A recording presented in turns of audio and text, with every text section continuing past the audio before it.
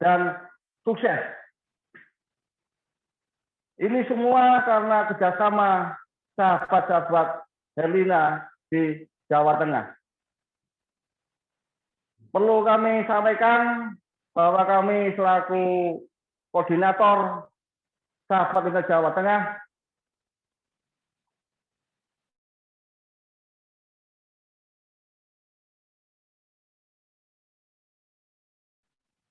mengapa kami memunculkan sudah berpengalaman dalam berorganisasi, sudah tidak akan diragukan lagi dengan berjenjang dari Pengda sampai Pengurus IPAT sebagai sekretaris. Maka dari itu kami sebagai koordinator sahabat Herlina, saya lagi mohon doa restunya. Demikian yang kami sampaikan, kurang lebihnya mohon maaf. Matur nuwun. Wassalamualaikum warahmatullahi wabarakatuh. Terima kasih Bapak atas sambutannya.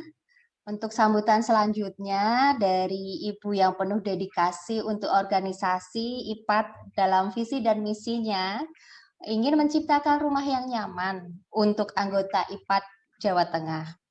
Beliau adalah Ibu Herlina, Sarjana Hukum, calon Ketua Pengurus Wilayah Jawa Tengah, Ikatan Pejabat Pembuat Akta Tanah. Kepada Ibu kami persilahkan.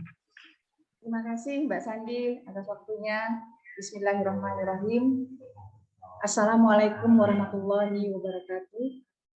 Selamat siang, salam sejahtera bagi kita semua. Yang saya hormati Bapak Aris Widi Hidayat, SH, PLH Ketua Pengwil IPAT Jawa Tengah. Yang saya hormati Bapak Sugiarto SH, selaku Koordinator Sahabat Herlina Jawa Tengah. Yang saya hormati narasumber Bapak Dr. Habib Aji SH.MH yang pada saat ini akan memberikan materi dengan tema seluk-beluk Peraturan Menteri ATR Kepala BPN nomor 16 tahun 2021. Yang berbahagia seluruh sahabat Herlina di Jawa Tengah dan seluruh peserta webinar Bincang Hukum yang saya banggakan. Alhamdulillah, puji syukur kehadirat Allah Subhanahu wa Ta'ala, yang mana pada siang hari yang berbahagia ini kita telah diberi kesempatan untuk bersama-sama mengikuti acara webinar dengan tema seluk-beluk Peraturan Menteri ATR Kepala BPN nomor 16 tahun 2021. Saya ucapkan terima kasih yang sebesar-besarnya kepada panitia, terutama Bapak Samsul Arifin dan kawan-kawan yang telah bekerja keras dan berhasil mewujudkan kegiatan yang sangat bermanfaat untuk mengupgrade pengetahuan sekaligus mendapat informasi yang sangat penting yang akan disampaikan oleh Bapak Habib Aji. Saya sampaikan ucapan terima kasih yang sebesar-besarnya serta apresiasi yang setinggi-tingginya kepada Bapak Dr. Habib Aji SH.MH karena sudah berkenan hadir di acara ini untuk berbagi ilmu dan pengetahuan terutama mengenai seluk-beluk Peraturan Menteri ATR Kepala BPN nomor 16 tahun 2021. Saya sebagai salah satu calon Ketua Pengwil IPAT Jawa Tengah memiliki komitmen untuk mewujudkan suatu organisasi IPAT Jawa Tengah yang nyaman bagi anggotanya. Oleh karena itu, salah satu cara untuk mewujudkan misi visi tersebut, saya komitmen untuk mengadakan acara-acara yang sifatnya meningkatkan ilmu pengetahuan serta profesionalisme anggota IPAT Jawa Tengah. Sehingga nantinya diharapkan kita sebagai PPAT terhindar terhindar dari masalah-masalah dalam menjalankan tugas dan jabatan. Karena itu, kegiatan webinar Sahabat Herlina yang kita adakan ini sudah untuk yang kedua kalinya, diharapkan bisa berkelanjutan dan perlu didorong agar senantiasa bisa dikembangkan pada kesempatan berikutnya. Kegiatan ini juga semoga menjadi inspirasi bagi kita untuk terus berinovasi dan untuk terus berkontribusi untuk perkumpulan yang lebih maju dan progresif. Demikian sambutan saya. Akhir kata, saya mohon maaf jika ada kesalahan dalam atau kekurangan dalam pelaksanaan acara ini. Selamat menyaksikan acara webinar kali ini. Mudah-mudahan bermanfaat bagi kita semua. Billahi taufiq wal hidayah. Wassalamualaikum warahmatullahi wabarakatuh. Waalaikumsalam warahmatullahi wabarakatuh. Terima kasih kepada Ibu Herlina.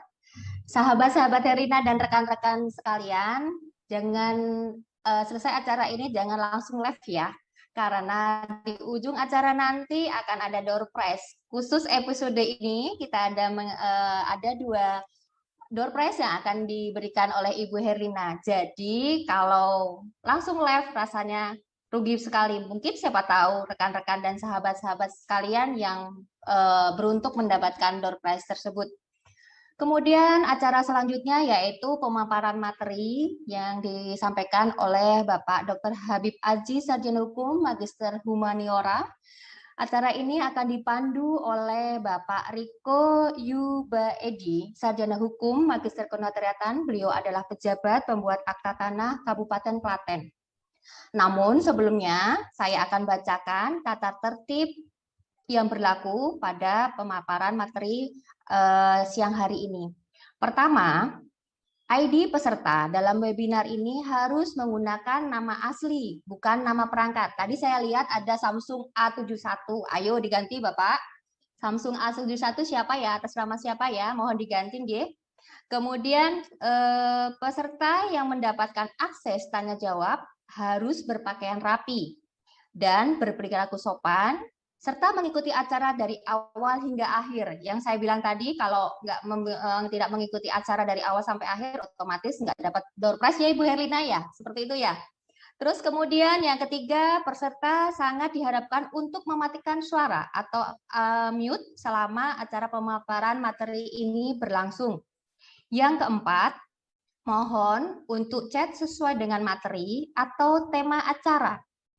Yang kelima, semua peserta mengikuti webinar melalui Zoom atau YouTube dapat mengajukan pertanyaan dengan cara ketik tanya, lalu dilanjutkan dengan menulis nama, asal wilayah, dan pertanyaan secara ringkas.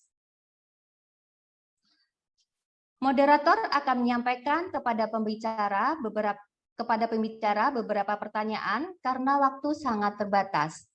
Yang keenam, yang terakhir, jangan terburu-buru meninggalkan Zoom karena selesai pemaparan materi akan ada door prize untuk rekan-rekan dan sahabat-sahabat Herlina.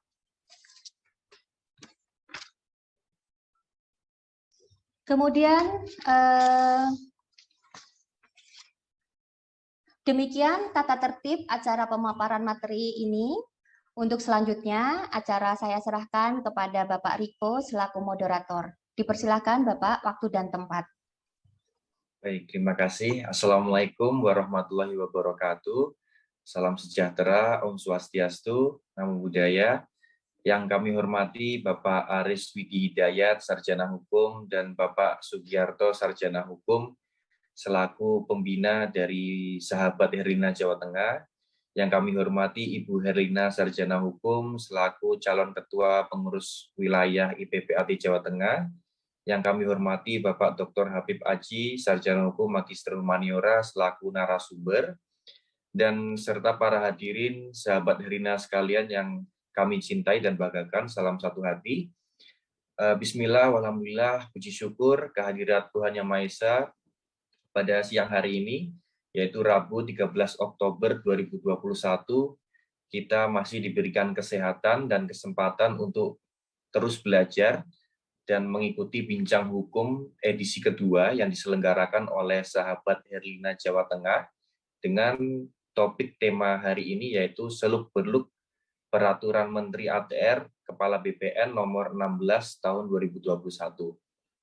Saya di sini, Riko, selaku moderator akan menemani bincang hukum ini sampai dari awal hingga akhir. Dan mungkin juga Bapak Ibu sekalian juga bisa sembari menuliskan juga nama dan juga asal kabupaten kota di kolom komentar sehingga supaya antar peserta sehingga bisa saling mengenal satu sama lain. Baik, silakan bisa menulis terlebih dahulu juga, bisa disambil dari mana kabupaten apa, apakah ada yang dari Klaten juga mungkin sama seperti saya atau yang dari Jepara dan lain sebagainya itu ya. Topik kali ini seperti yang sudah saya jelaskan tadi, Permen ATR atau Kepala BPN 16 tahun 2021, yaitu aturan pelaksana dari PP 18 2021 dan juga aturan perubahan terhadap Permen ATR 397.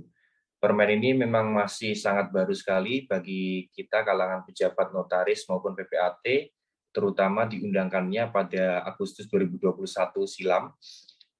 Paling tidak memuat 48 item yang mengubah, mengatur, maupun ada juga yang menghapus pasal-pasal ataupun aturan sebelumnya.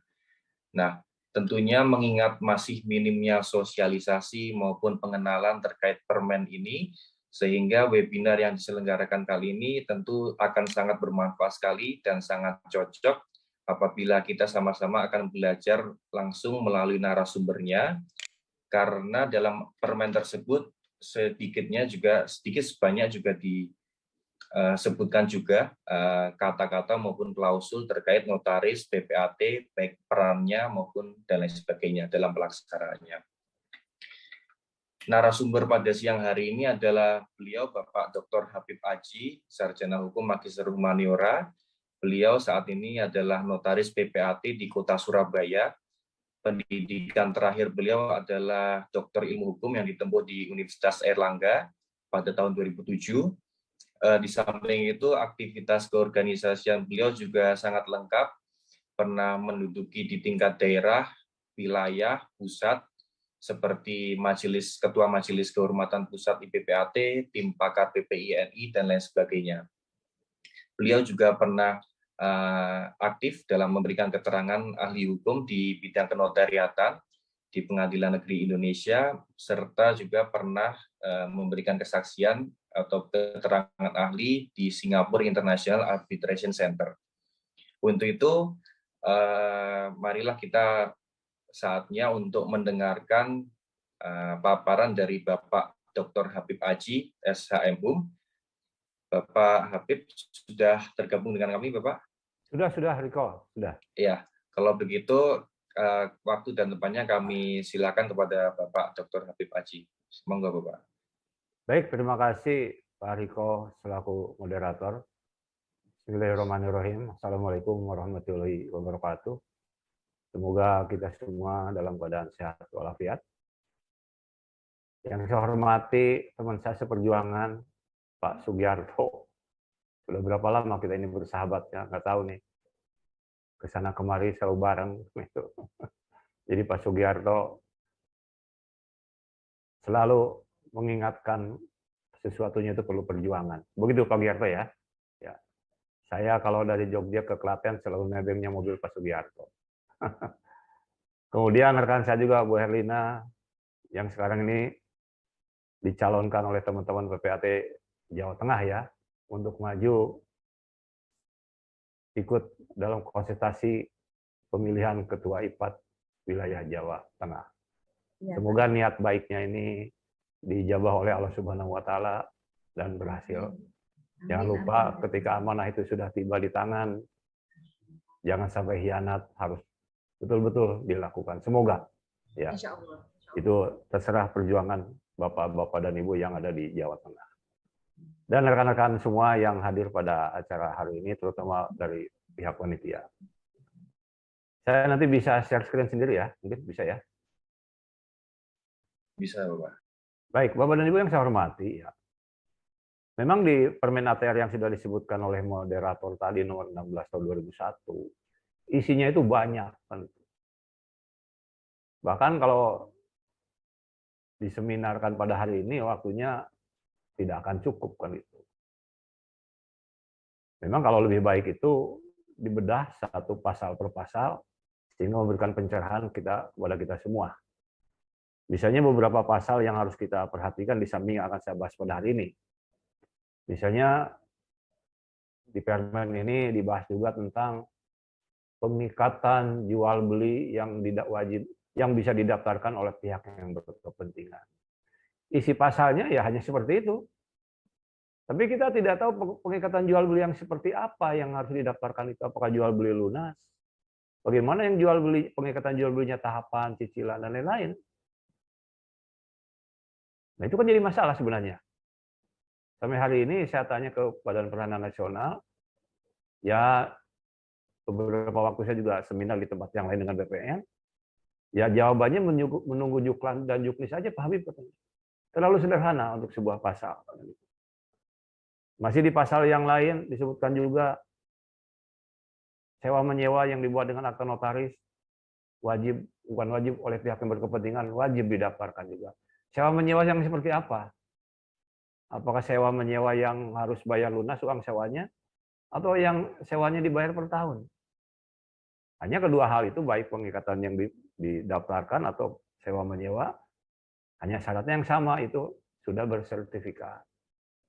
Nah, ini perlu pembahasan lebih lanjut. Monggo kepada calon ketua Ibu Herlina dibahas lebih lanjut di webinar berikutnya. Di sini ada Pak Sugiarto, ada Pak Riko. Itu lebih menarik itu untuk dibahas di segmen berikutnya, ya. Bahkan misalnya ada yang lain juga tentang blokir. Sekarang itu sudah ada ketentuan baru. Jadi Permen 16 2001 itu banyak yang harus kita bahas. Bahkan kalau dibahas hari ini pun tidak cukup. Nah, pada kesempatan siang hari ini saya hanya akan membahas satu pasal saja, yaitu pasal 111. Pasal 111 ini yaitu tentang pembuktian keterangan ahli waris untuk keperluan pendaftaran tanah di Kantor Pertanahan Nasional. Di sini telah terjadi sebuah perubahan yang sebenarnya ini tadi Bu Herlina juga sudah menyebutkan peraturannya tentang peraturan BPN, tapi di dalamnya menyangkut tentang produk notaris. Jadi sudah tidak bisa dibedakan lagi. Mau tidak mau ini dari perspektif kenotariatan harus kita bahas. Bahkan saya menyebutnya pasal 111 Permen ini akan menjadi trending topik di kalangan notaris. Kenapa? Ini tentang keterangan waris. Tiap hari ada orang mati kok.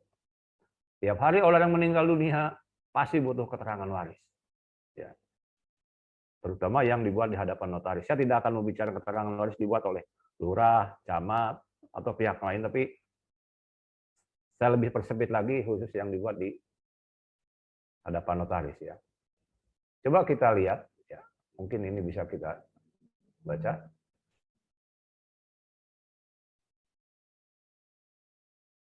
Ini betul ya, fotonya betul Bu Herlina ini ya. Oh ya, inilah nanti bisa di-share ini ke semua pendukung Bu Herlina. Ini bagus. Nah ini Bapak dan Ibu ya. Jadi saya hanya membicarakan pasal 111 ini ya.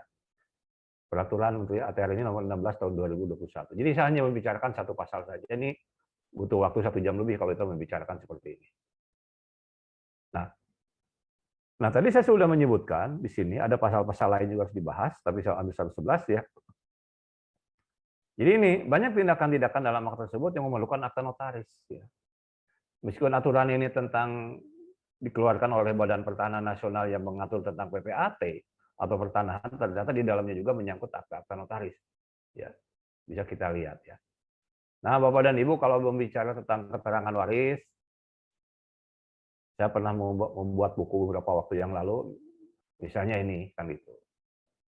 Ini juga buku yang saya tulis. Saya dari dulu sudah mencoba membangun sebuah ide dan konsep bahwa suatu saat keterangan waris di Indonesia itu sifatnya harus jangan beragam lagi, cukup satu saja kan itu. Ini Sudah ada bukunya yang pernah saya tulis, dan juga ini sudah saya tulis. Ya sudah tentu Ibu Herlina sebagai calon ketua harus membeli buku ini dong untuk teman-temannya nih. Begitu ya Pak Giarto? Bukan kampanye kan gitu. Silakan kalau mau beli, ini ada nomor teleponnya ya. Alangkah lebih baiknya juga dibaca ya. Dan juga di sini juga ada, saya tulis dengan Pak Udin, Pak Hafid juga ada. Semuanya sudah saya tulis ya. Jadi sebelum aturan ini keluar sudah saya tulis seperti apa. Nah, jadi Bapak dan Ibu yang saya hormati, nah ini. Jadi kita lihat ya, perubahan pengaturan bukti sebagai ahli waris dalam bidang pertanahan ini.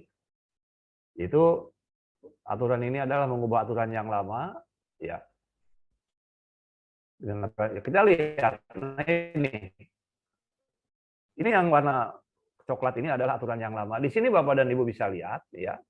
Di sini bisa lihat, di aturan yang lama pembuatan keterangan waris itu saya menyebutnya berdasarkan etnis, diskriminatif, ras, golongan penduduk, gitu. Jadi Bapak dan Ibu mungkin pengalaman, jika pribumi keterangan warisnya dibuat di bawah tangan, ditegaskan oleh lurah dan camat.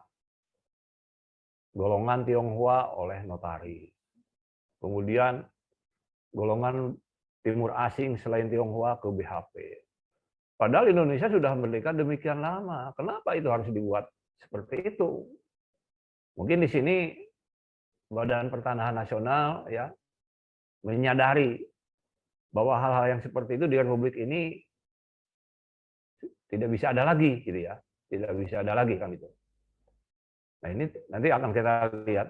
Karena sebenarnya kalau Bapak dan Ibu lihat, ya sebenarnya harusnya keterangan waris berdasarkan etnis ras itu harusnya sudah tidak ada.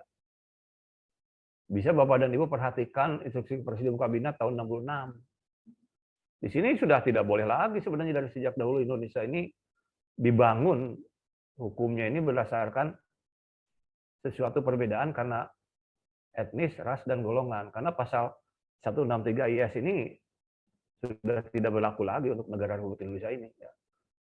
Tapi untuk keterangan waris waktu itu masih dianut juga kan gitu.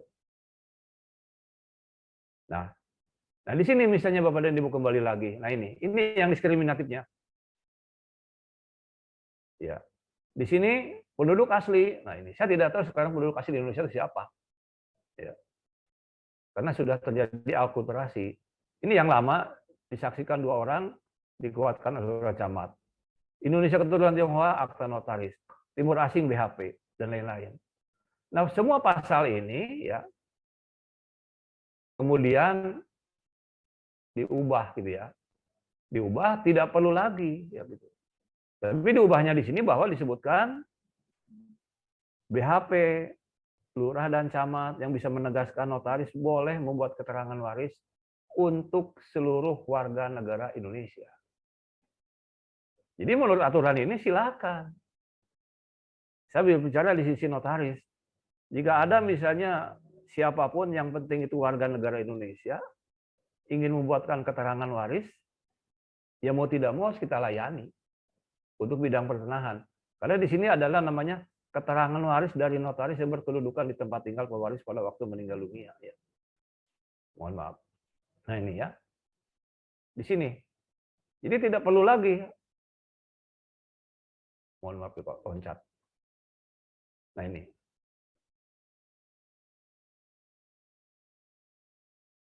Nah, jadi Bapak dan Ibu bisa lihat. Ya. Bisa lihat. Di sini tidak ada lagi diskriminatif. Ya. Bahkan kalau Bapak dan Ibu lihat di warna biru ini, Indonesia juga sudah meratifikasi konvensi internasional tentang elimination of all racial discrimination, yaitu penghilangkan diskriminasi, ada undang-undang hak asasi manusia, dan lain-lain ya.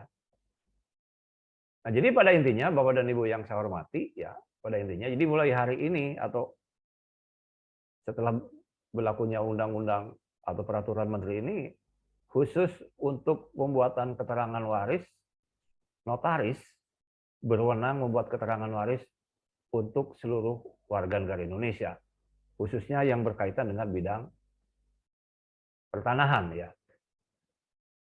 Nah, jadi nomor 4 di sini Bapak dan Ibu bisa lihat, pembuatan keterangan waris menjadi pilihan sebenarnya. Artinya apa? Bebas. Mau datang ke lurah, camat, mau datang ke BHP juga boleh. Tidak dilarang ya. Tapi khusus untuk notaris ya, khusus untuk notaris ini bisa melayani untuk semua warga negara Indonesia dalam bentuk akta keterangan hak mewaris yang berkedudukan di tempat tinggal pewaris pada waktu meninggal dunia. Nah ini Bapak dan Ibu yang kemarin diperbincangkan di kalangan notaris yang nomor 5 ini. Karena di sini apa? Keterangan warisnya itu dibuat di notaris, di mana yang memohon itu yang meninggal terutama harus punya kedudukan yang sama dengan notarisnya. Misalnya Pak Sugiarto notaris Klaten, maka Pak Sugiarto hanya boleh membuat keterangan waris untuk mereka yang berKTP atau meninggal berKTP lah setidaknya di Klaten. Tapi kalau dia datang ke Sleman harus ditolak, Anda meninggalnya di Klaten kok. Ini yang kemarin di kalangan notaris menjadi keberatan. Kenapa? Bukankah notaris itu punya wilayah jabatan tempat kedudukan kota kabupaten atau dari mana saja? Sepanjang yang bersangkutan datang ke hadapan notaris kan dilayani. Tapi di sini dibatasi di Kementerian ATR ini, yaitu tempat yang meninggal dunia dengan tempat kedudukan waris itu harus sama kan gitu.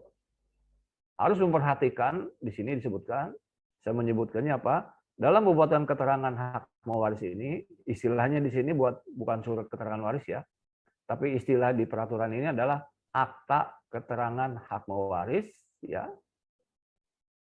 Dalam pembuatannya, notaris harus memperhatikan kesesuaian tempat tinggal pewaris yang meninggal dunia dan tempat kedudukan notaris yang membuatnya.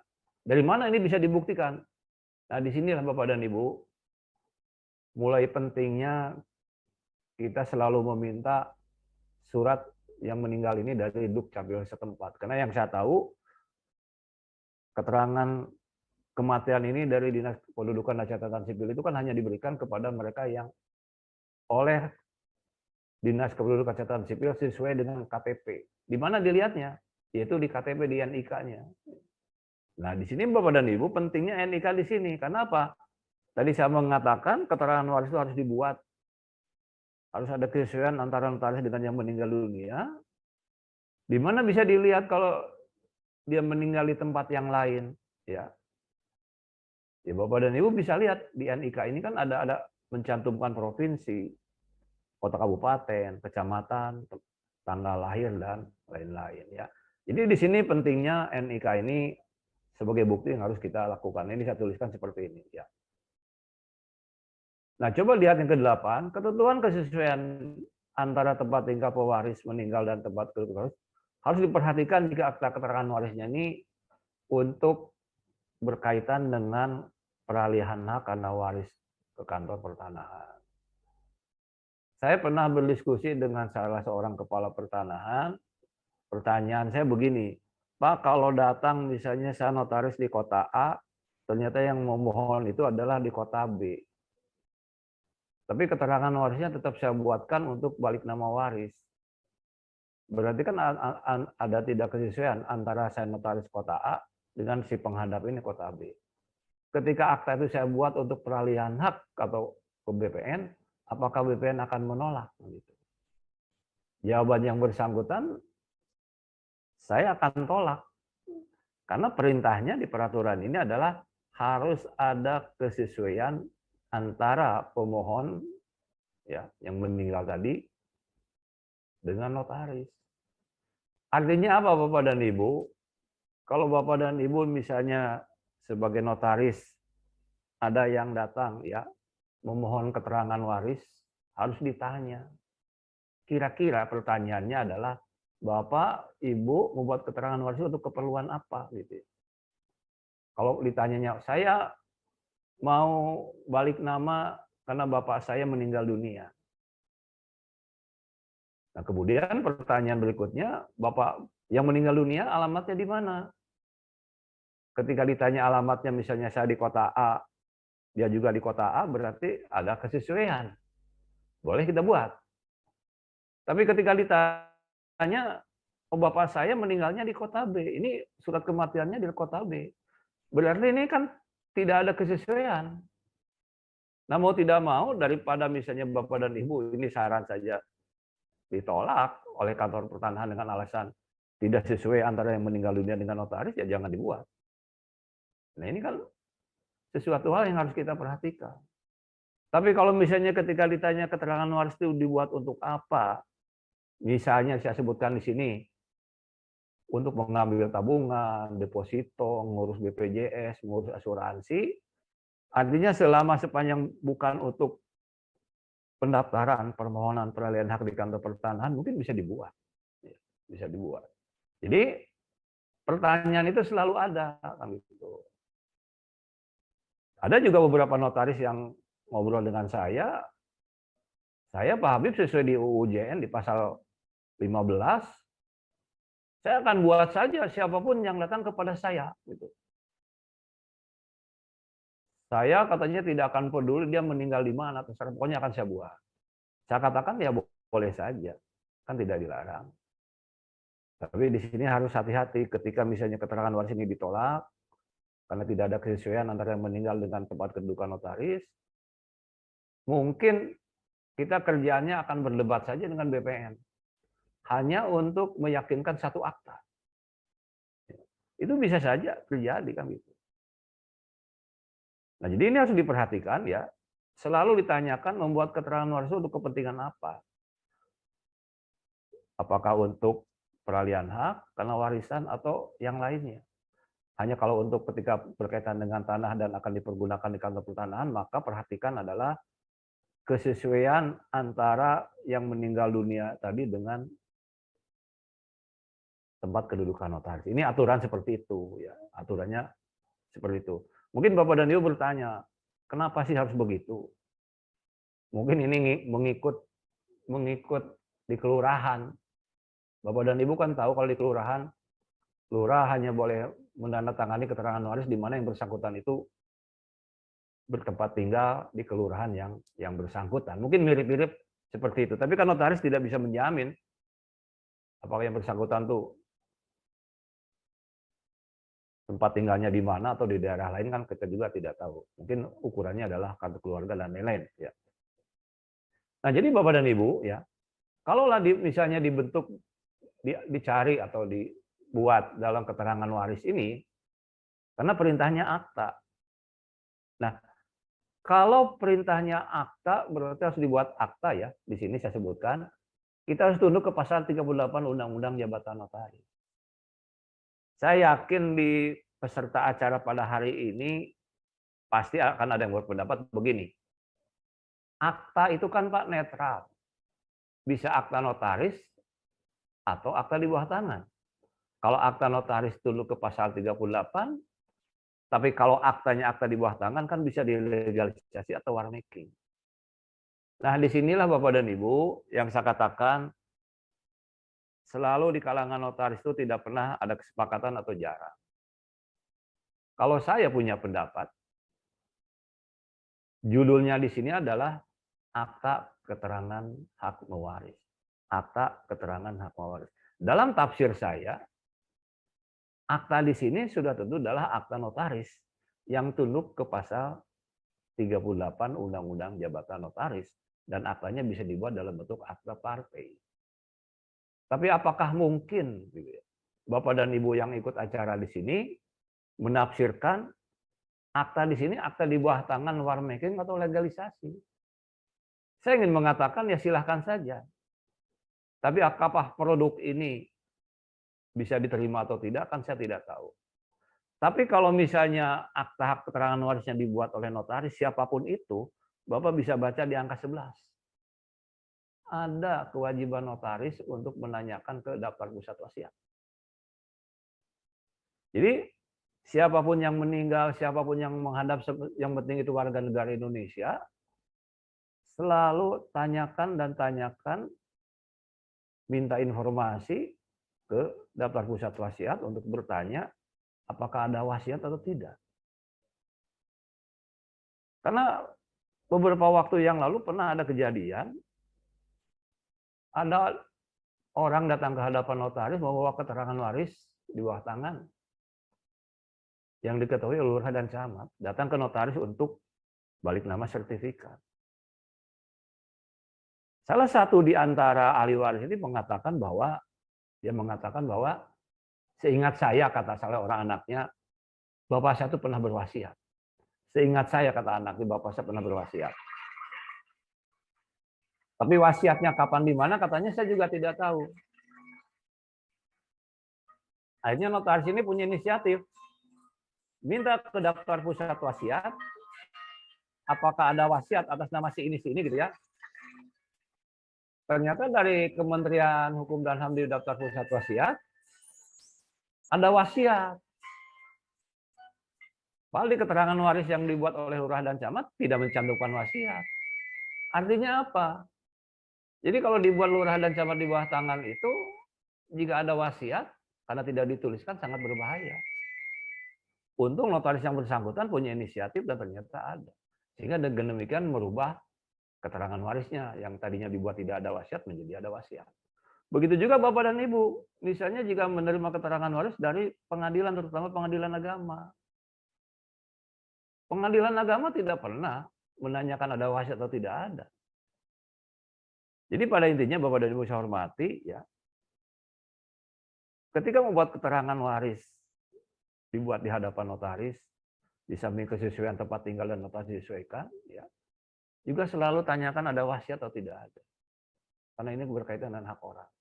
Begitu juga jika Bapak dan Ibu menerima keterangan waris bukan dari notaris, dari lurah, yang kita lurah, di bawah tangan itu lurah dan camat, ataupun dari pengadilan, saran saya, ya minta saja surat keterangan dari DPW-nya ada wasiat atau tidak ada. Ini penting kan. Karena bahayanya kalau ternyata itu ada dan tidak bisa kita perhatikan. Nah, di nomor angka 12, ya, saya sebutkan, ini pendapat saya, akta keterangan waris tersebut hanya menyebutkan siapa ahli waris dari siapa. Menurut saya, tidak perlu menentukan berapa bagiannya. Karena keterangan waris itu hanya menyebutkan siapa sebagai ahli waris dari siapa, titik. Bagaimana cara pembagiannya? Hukum mana yang akan dipakai? Kalau menurut saya, serahkan saja kepada para pihak. Serahkan aja kepada pihak pakai hukum yang mana. Kan gitu. Karena dalam praktek di Indonesia, jarang orang taat kepada hukum warisnya. Saya selama jadi notaris, ketika ada orang membuat keterangan waris, selalu saya tanyakan, pakai hukum waris mana ini dibagi? Dia mengatakan, ya kami akan kesepakatan aja dengan keluarga, ya silakan. Berarti kan saya tidak bisa memaksakan. Tapi yang penting, tugas kita sebagai notaris adalah membuat akta keterangan hak waris untuk membuktikan siapa ahli waris dari siapa ya. Nah, jadi kalau tafsir saya adalah itu dengan akta notaris, Bapak dan Ibu yang saya hormati ya. Baik, mudah-mudahan ini dasar hukum ini bisa difahami ya. Nah, kemudian yang lainnya, nah ini penjelasan tambahan bahwa keterangan mewaris yang saya uraikan di sini adalah satu, hanya untuk membuktikan dan sebagai bukti siapa sebagai ahli waris dari siapa. Bapaknya meninggal, tinggal istrinya 2 orang anak, ya buktinya untuk ahli warisnya adalah seorang istri dan 2 orang anak, selesai. Kan gitu. Kemudian yang kedua, dibuat di hadapan notaris bersifat unifikasi. Berlaku untuk semua warga negara Indonesia.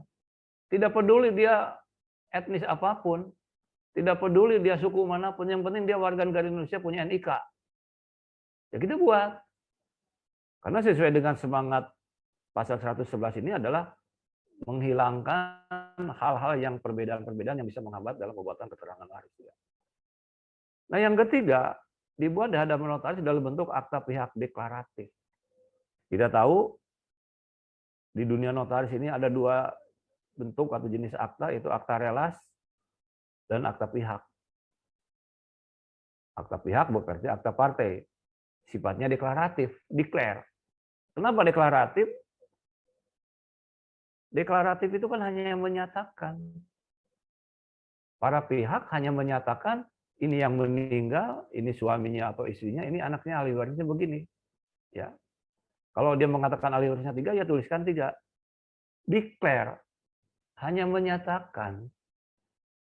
kalaupun ternyata di suatu saat ada kebohongan yang disampaikan kepada notaris, misalnya ahli warisnya 5, tapi dia menyebutkan 4, jadi kurang 1, yang 1 ini menuntut, disinilah saya katakan harus disampaikan kepada para pihak, harus ada kejujuran, ya, harus ada kejujuran ketika membuat keterangan waris ini. Jangan sampai ada misalnya penyembunyian salah seorang ahli waris dengan kepentingan tertentu. Dan itu dalam praktek sering terjadi, terutama keterangan waris dibuat di hadapan, di bawah tangan yang diketahui lurah dan camat. Kan itu. Declare, ya pada pihak sendiri yang menentukan. Bentuknya akta pihak. Tapi bisa atau tidak misalnya akta hak keterangan waris dibuat dalam bentuk akta berita acara atau rahasia, bisa saja. Berarti kalau dibuat berita acara relas, sifatnya bukan deklaratif lagi. Tapi Bapak dan Ibu menuliskan serta menilai, mengetahui segala sesuatu yang akan terjadi ketika dibicarakan dalam pembuatan keterangan waris tadi. Sudah tentu agak berat kalau kita harus memutuskan dan menilai dalam bentuk akta relas. Silakan Bapak dan Ibu kira-kira yang mana mau dipakai. Tapi kalau saya menyarankan bentuknya akta pihak dan deklaratif. Yang keempat, tidak perlu lagi menyebutkan hak bagian para ahli waris. Hak bagian para ahli waris dapat dibuat dengan akta tersendiri sesuai hukum waris bagi yang bersangkutan atau karena kesepakatan para ahli waris. Jadi maksud saya di sini adalah ketika Bapak dan Ibu sudah membuat keterangan waris, akta keterangan waris untuk para pihak, ya sudah sampai di situ. Tapi jika mereka misalnya ingin membagi dengan hukum tertentu, ya boleh-boleh saja. Tapi kalau saran saya tanyakan, Bapak dan Ibu, ini keterangan warisnya sudah jadi, kira-kira hukum waris yang dipakai itu apa? Gitu ya. Silakan cantumkan kembali dalam bentuk akta notaris. Kalau saya selama ini sebagai notaris selalu saya buat seperti itu. Keterangan waris dibuat, selesai, saya tanya, pakai hukum apa nih Bapak Ibu hukum warisnya? Ya kami ingin pakai kesepakatan saja, ya silakan. Itu kan hak para pihak sebenarnya kan itu. Yang harus kita hargai kan gitu. Nah jadi Bapak dan Ibu kira-kira seperti itu. Jadi 4 poin ini menjadi pegangan buat kita semua. Nah hal lainnya harus kita perhatikan Bapak dan Ibu saya hormati adalah, nah ini memang tidak bisa dihilangkan oleh yang seperti ini. Kita hanya baru bisa unifikasi bukti keterangan warisnya yang tertulis yang berlaku untuk seluruh warga negara Indonesia.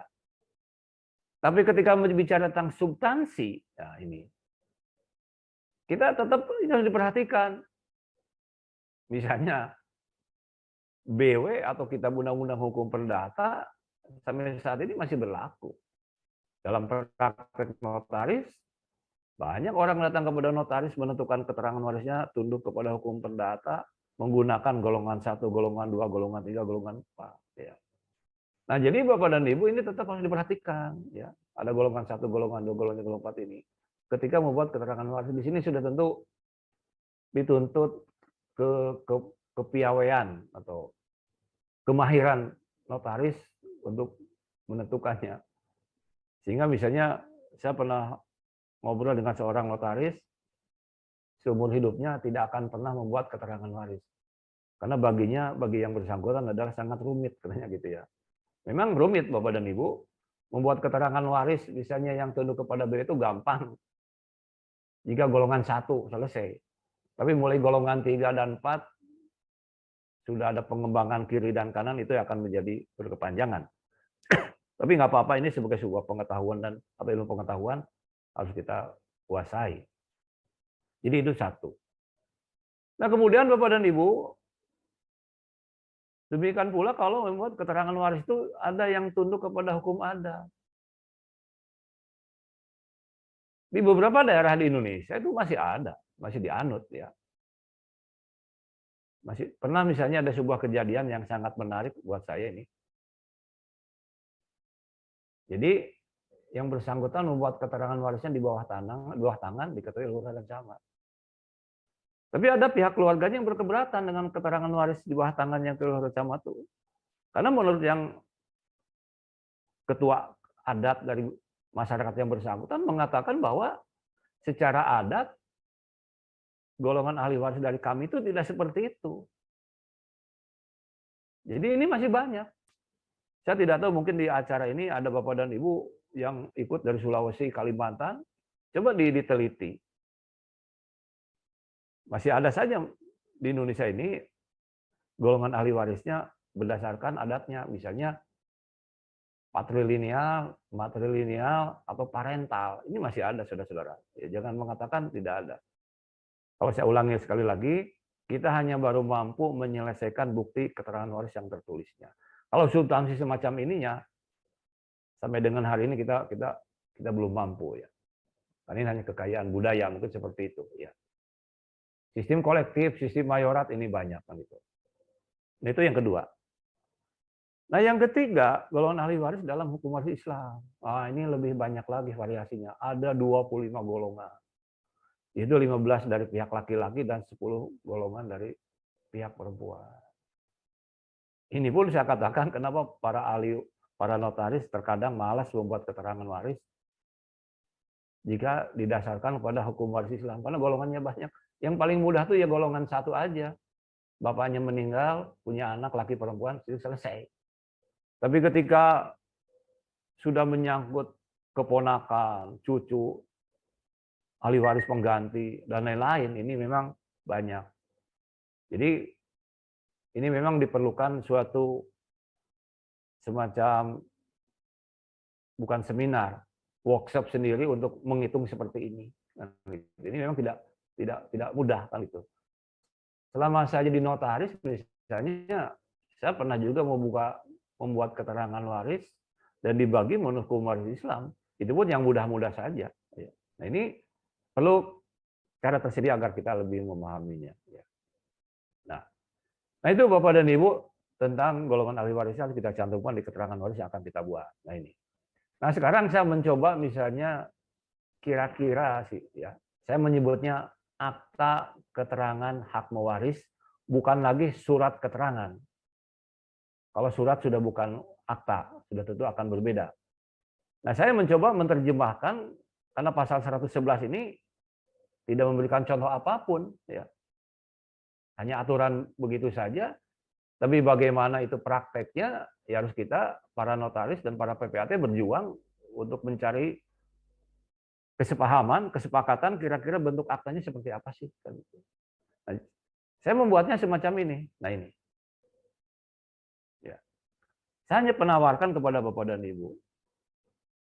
Jadi ketika para pihak datang ingin membuat akta keterangan hak pewaris, sebelum dibuat, kalau usul saya adalah dibuat dulu pernyataan dari para pihak. Pernyataan isinya apa? Untuk mempermudah notaris dan mengetahui susunannya itu seperti apa. Pertanyaannya pernyataan itu dari siapa? Kalau saya pernyataannya dari para pihak sendiri dan dipakai saksi. Ada yang mengatakan, mengusulkan bagaimana pernyataan itu dari orang lain. Nah, saya pernah mengatakan, kalau pernyataan itu dari orang lain, itu sama saja menjerumuskan orang lain. Karena dia tidak ada kepentingannya. Tidak ada kepentingannya dengan pernyataan ini. Karena ada juga dalam kalangan notaris, pernyataan itu katanya harus tetangga dari kiri, tetangga dari kanan.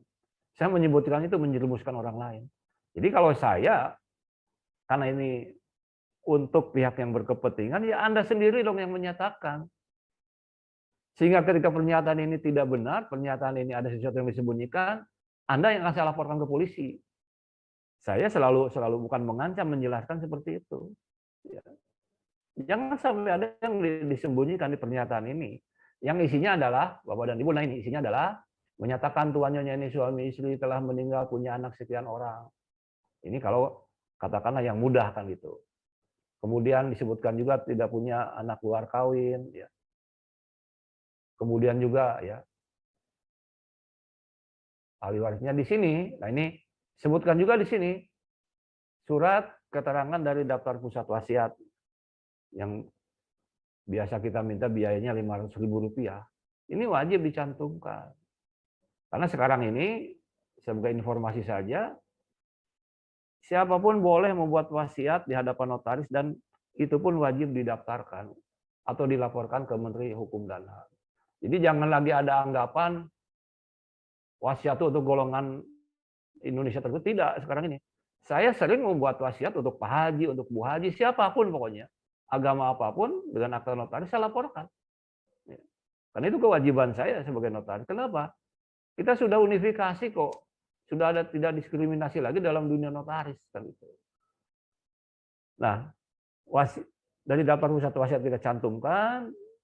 Kemudian misalnya kalau ada wasiat sudah tentu lain lagi bentuknya, ya ahli warisnya siapa. Nah, kita cantumkan seperti ini.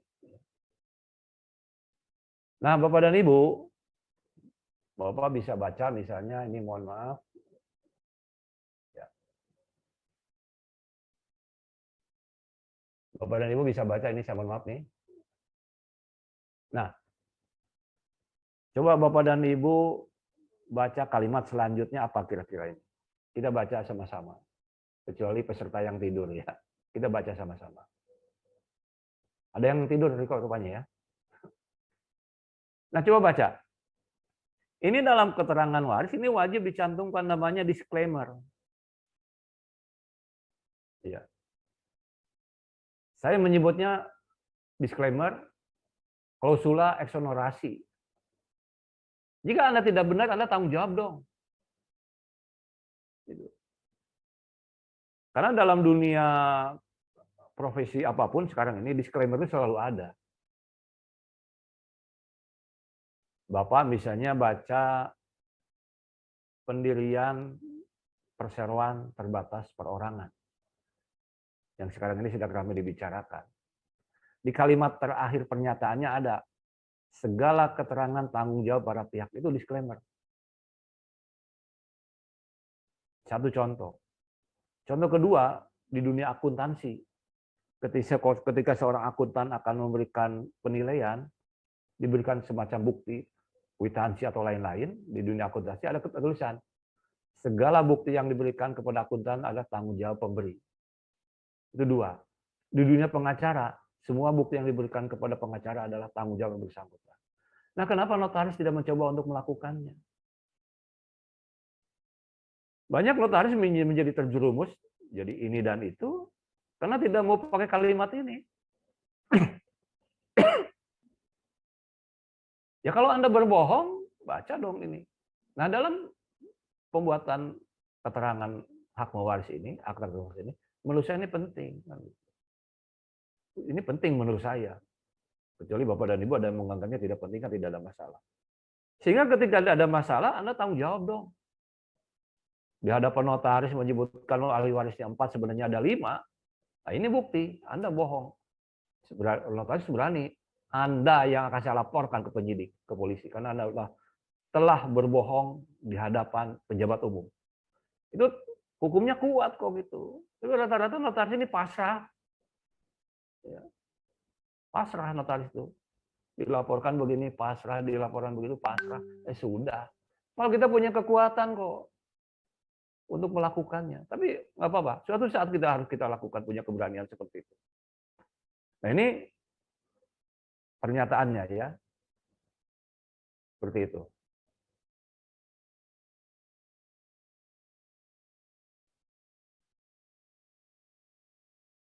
Nah ini namanya klausul proteksi diri Bapak dan Ibu yang saya usulkan ya. Nah ini barulah kita bicara keterangan hak mewarisnya.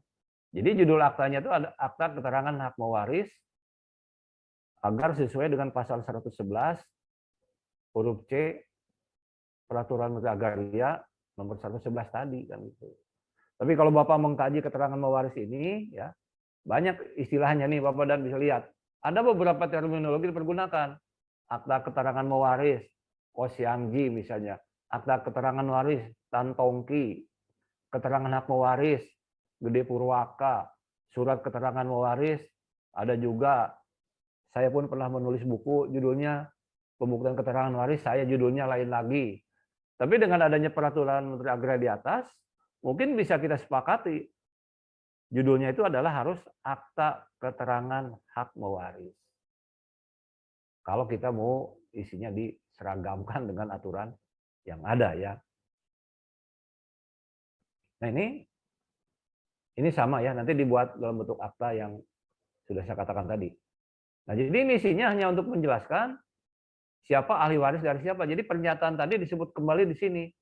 Jadi kita buat 2. Nah ini. Jadi sebutkan bahwa ahli warisnya ini kan gitu. Ini usulan dari saya kan gitu. Sehingga ketika setelah ini dibuat mereka akan membagi dalam bentuk hukum mana, silahkan saja ya. Itu mungkin kita bicarakan di kesempatan yang lain kan gitu. Sama di sini ada disclaimer-nya menjamin dan seterusnya. Nah itu Bapak dan Ibu ya, kira-kira contoh yang bisa sampaikan. Riko masih ada waktunya ya? Masih, Bapak. Berapa menit lagi? Ya, kalau 5 menit, 10 menit masih boleh. Baik ya, jadi ini contohnya. Nah kemudian Bapak dan Ibu yang saya hormati ya, saya mencoba juga ini memberikan contoh yang lain. Nah ini contoh yang lain lagi. Sebenarnya judulnya akta keterangan ahli waris, di judulnya boleh. Ini contohnya begini. Bukan contohnya, ini ada kejadian. Kejadiannya begini. Ada orang datang kepada notaris, ya. Dia mengatakan bahwa dia datang kepada notaris membawa keterangan waris dibuat oleh lurah dan camat. Ini contohnya. Kemudian keterangan waris ini akan dipergunakan untuk mengambil uang deposito bapaknya di bank. Ketika disampaikan kepada bank, bank menolak. Kami hanya membutuhkan keterangan waris dari notaris. Kami tidak menerima keterangan waris dari di bawah tangan yang diketahui lurah dan camat. Akhirnya mereka ini datang kepada notaris. Oleh notaris dibuatkanlah penegasan semacam ini. Jadi penegasan ini adalah dibuat dengan akta notaris, di mana sebelumnya diawali dengan keterangan waris. Nah ini yang dibuat oleh lurah dan camat. Ya. Ini ada kejadiannya, ternyata ini yang berlaku akhirnya. Jadi ini penegasan ini, keterangan waris yang dibuat di hadapan notaris berbahankan atau berdasarkan surat keterangan waris yang buat di bawah tangannya yang diketahui oleh lurah dan camat. Tapi ini sebenarnya saya katakan sekali lagi, kalau Bapak dan Ibu menemukan semacam ini, seharusnya ini kalau kaitannya dengan tanah tetap harus ditanyakan ke daftar pusat wasiat. Wajib ditanyakan juga ya. Nah, ini contohnya seperti ini ya. Kemudian Bapak dan Ibu, nah ini. Contoh-contoh penegasan ini, Bapak dan Ibu ya, penegasan dan lain-lain, misalnya hanya satu tingkat, anak bapak ke anak, orang tua ke anak ya. Tapi jika Bapak dan Ibu nanti membuat keterangan waris, misalnya sudah ada golongan lain, misalnya golongan 1 tidak ada, bapak tidak ada, garis lurus ke bawah tanpa batas, itu memang agak rumit pengalaman saya. Diperlukan menyusun ahli waris tersebut, keterampilan notaris. Bapaknya tidak ada, anaknya ada, tinggal cucu, tinggal cicit, tinggal buyut. Nah itu paling, wah udah. Sudah bikinnya rumit, harganya pun mahal. Begitulah kira-kira ya. Tapi itu terserah Bapak dan Ibu nanti yang membuat. Nah itu Bapak dan Ibu yang saya hormati tentang contoh keterangan warisnya. Nah di sini saya tambahkan juga itu ya. Nah ini. Itu masih di pasal 111, tapi di ayat 5-nya. Ini yang sering dilupakan oleh notaris dan PPAT. Coba dibaca. Ya. Yang isinya adalah, apabila ahli waris lebih dari 1 orang, dan pada waktu pendaftaran perolehan haknya disertai dengan akta waris yang membuat keterangan bahwa hak atas tanah atau hak milik tersebut jatuh kepada 1 orang, maka pencatatnya perolehannya dilakukan kepada warisan bersangkutan berdasarkan akta notaris, akta waris tersebut. Ya. Jadi misalnya begini, datang ke Pak Riko, misalnya gitu ya. Ahli warisnya sudah dibuatkan, ahli warisnya 5. Dari 5 ini yang 4 sepakat, saya udah untuk yang si A saja, boleh? Boleh. Buat akta notarisnya langsung tanpa APHB. Jadi tanpa perlu ada APHB yang ini tuh. Kenapa? Sudah ditentukan 1 orang ahli warisnya. Ya. Nah ini mungkin saya katakan bukan satu orang personal orangnya satu. Kan?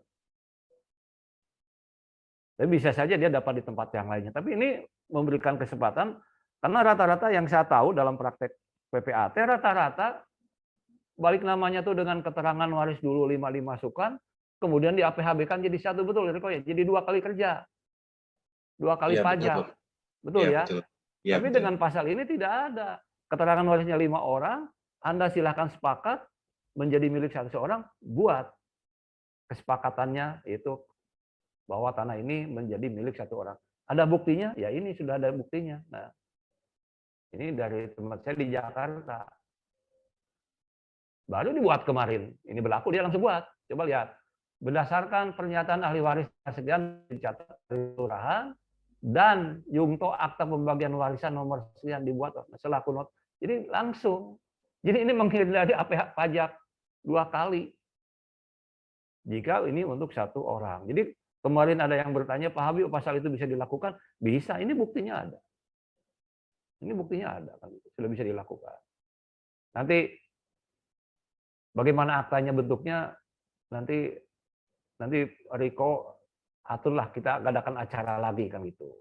Kalau acaranya hari ini terlalu panjang waktunya, nanti bosan, karena membicarakan lebih enak offline nanti. Nah ini sudah ada. Nah ini,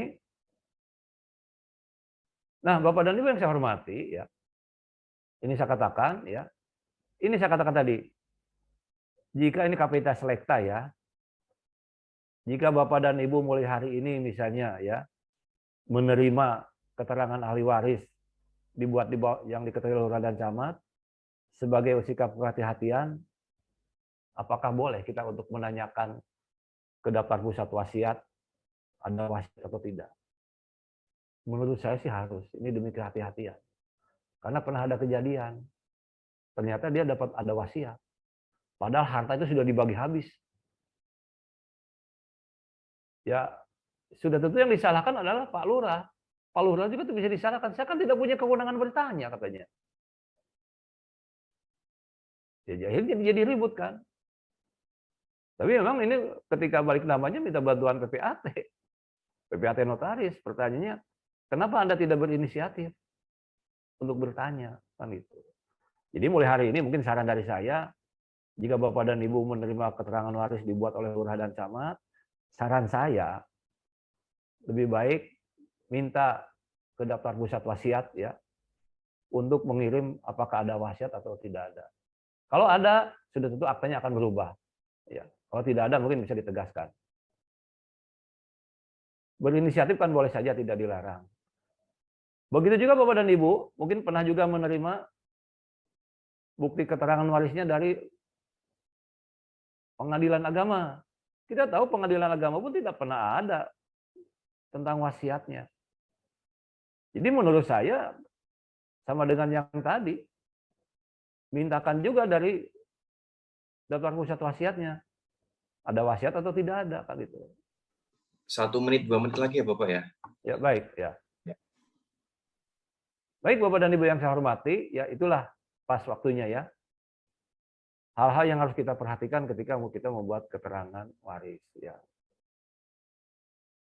Mudah-mudahan yang kita bicarakan pada hari ini memberikan manfaat kepada kita semua, karena ini sesuatu yang baru.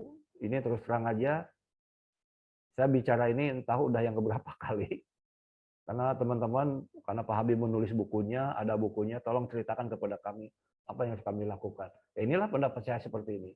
Mungkin Bapak dan Ibu punya pendapat lain, tapi ingin saya mengatakan, yang saya tuliskan ini adalah sudah saya kerjakan gitu ya. Jadi tidak hanya sekedar saya menyampaikan, tapi sudah saya lakukan. Baik Bapak dan Ibu yang saya hormati, para peserta acara Sahabat Herlina ini, mudah-mudahan yang kita bicarakan ini ada manfaat dan gunanya untuk kita semua. Baik, saya bukan yang paling tahu di sini, tapi kalau ada yang perlu kita bicarakan, mari kita diskusikan. Silakan Pak Riko. Terima kasih. Baik, terima kasih Bapak Dr. Habib Haji, SHM HUM, atas pemaparan materi dan pencerahannya tadi telah disampaikan oleh beliau. Memang tadi di awal beliau menyampaikan juga sudah waktunya unifikasi pembuatan keterangan waris sudah tidak ada lagi penggolongan dari golongan keturunan mana dan mana sebagainya. Tapi walaupun itu masih juga ada kendala terkait adanya di perdata kita mengenal golongan 1, 2, 3, di adat tadi ternyata ada yang disebut kolektif, mayorat, parental, dan lain sebagainya. Dan bahkan di Islam pun juga ada yang disebut dari pihak laki-laki, perempuan. Nah ini mungkin perlu kajian lagi lebih lanjut lagi, memang tidak bisa sampai di hari ini. Walaupun tadi juga telah disampaikan dari Pak Habib juga adanya instruksi presidium sejak tahun 66 sebenarnya sudah memfasilitasi, namun baru di saat ini ada unifikasi itu. Memang tujuannya tadi sebaiknya akta keterangan hak waris untuk membuktikan siapa ahli waris siapa dibuat di hadapan notaris ini sebagai unifikasi warga negara, namun bentuknya sebagai deklaratif ataupun pernyataan para pihak, tidak perlu menyebutkan hak maupun bagian-bagian para ahli waris. Dan yang paling terakhir tadi, dengan adanya ini juga memberikan supaya lebih hati-hati lagi perlunya kewajiban lapor notaris PPAT ini kepada pusat daftar wasiat apabila terdapat wasiat-wasiat tertentu dari pewaris. Itu untuk lebih amannya lagi. Tidak terasa ini juga peserta tadi yang bergabung tadi sempat 420, ya saat ini terhitung 403. Saya juga dapat info dari MC tadi belum sempat berfoto bersama, maka ini saya berikan ke Mbak Lala, monggo silakan untuk bisa kita foto bersama. Bagaimana Mbak Lala? Ya, sebelum saya lanjutkan ke tanya jawab terlebih dahulu, ini ada titipan untuk foto bersama terlebih dahulu. Monggo silakan Mbak Lala. Kita mulai dari awal, Jeh. Di Iya. yang pertama bisa dengan satu hatinya, begini. Dibuka kameranya. Kita mulai, Jeh. Pertama, kedua. Ya, salam love. Iya. Ketiga.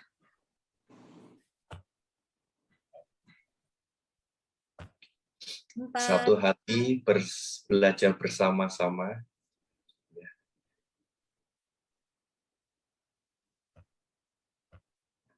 5.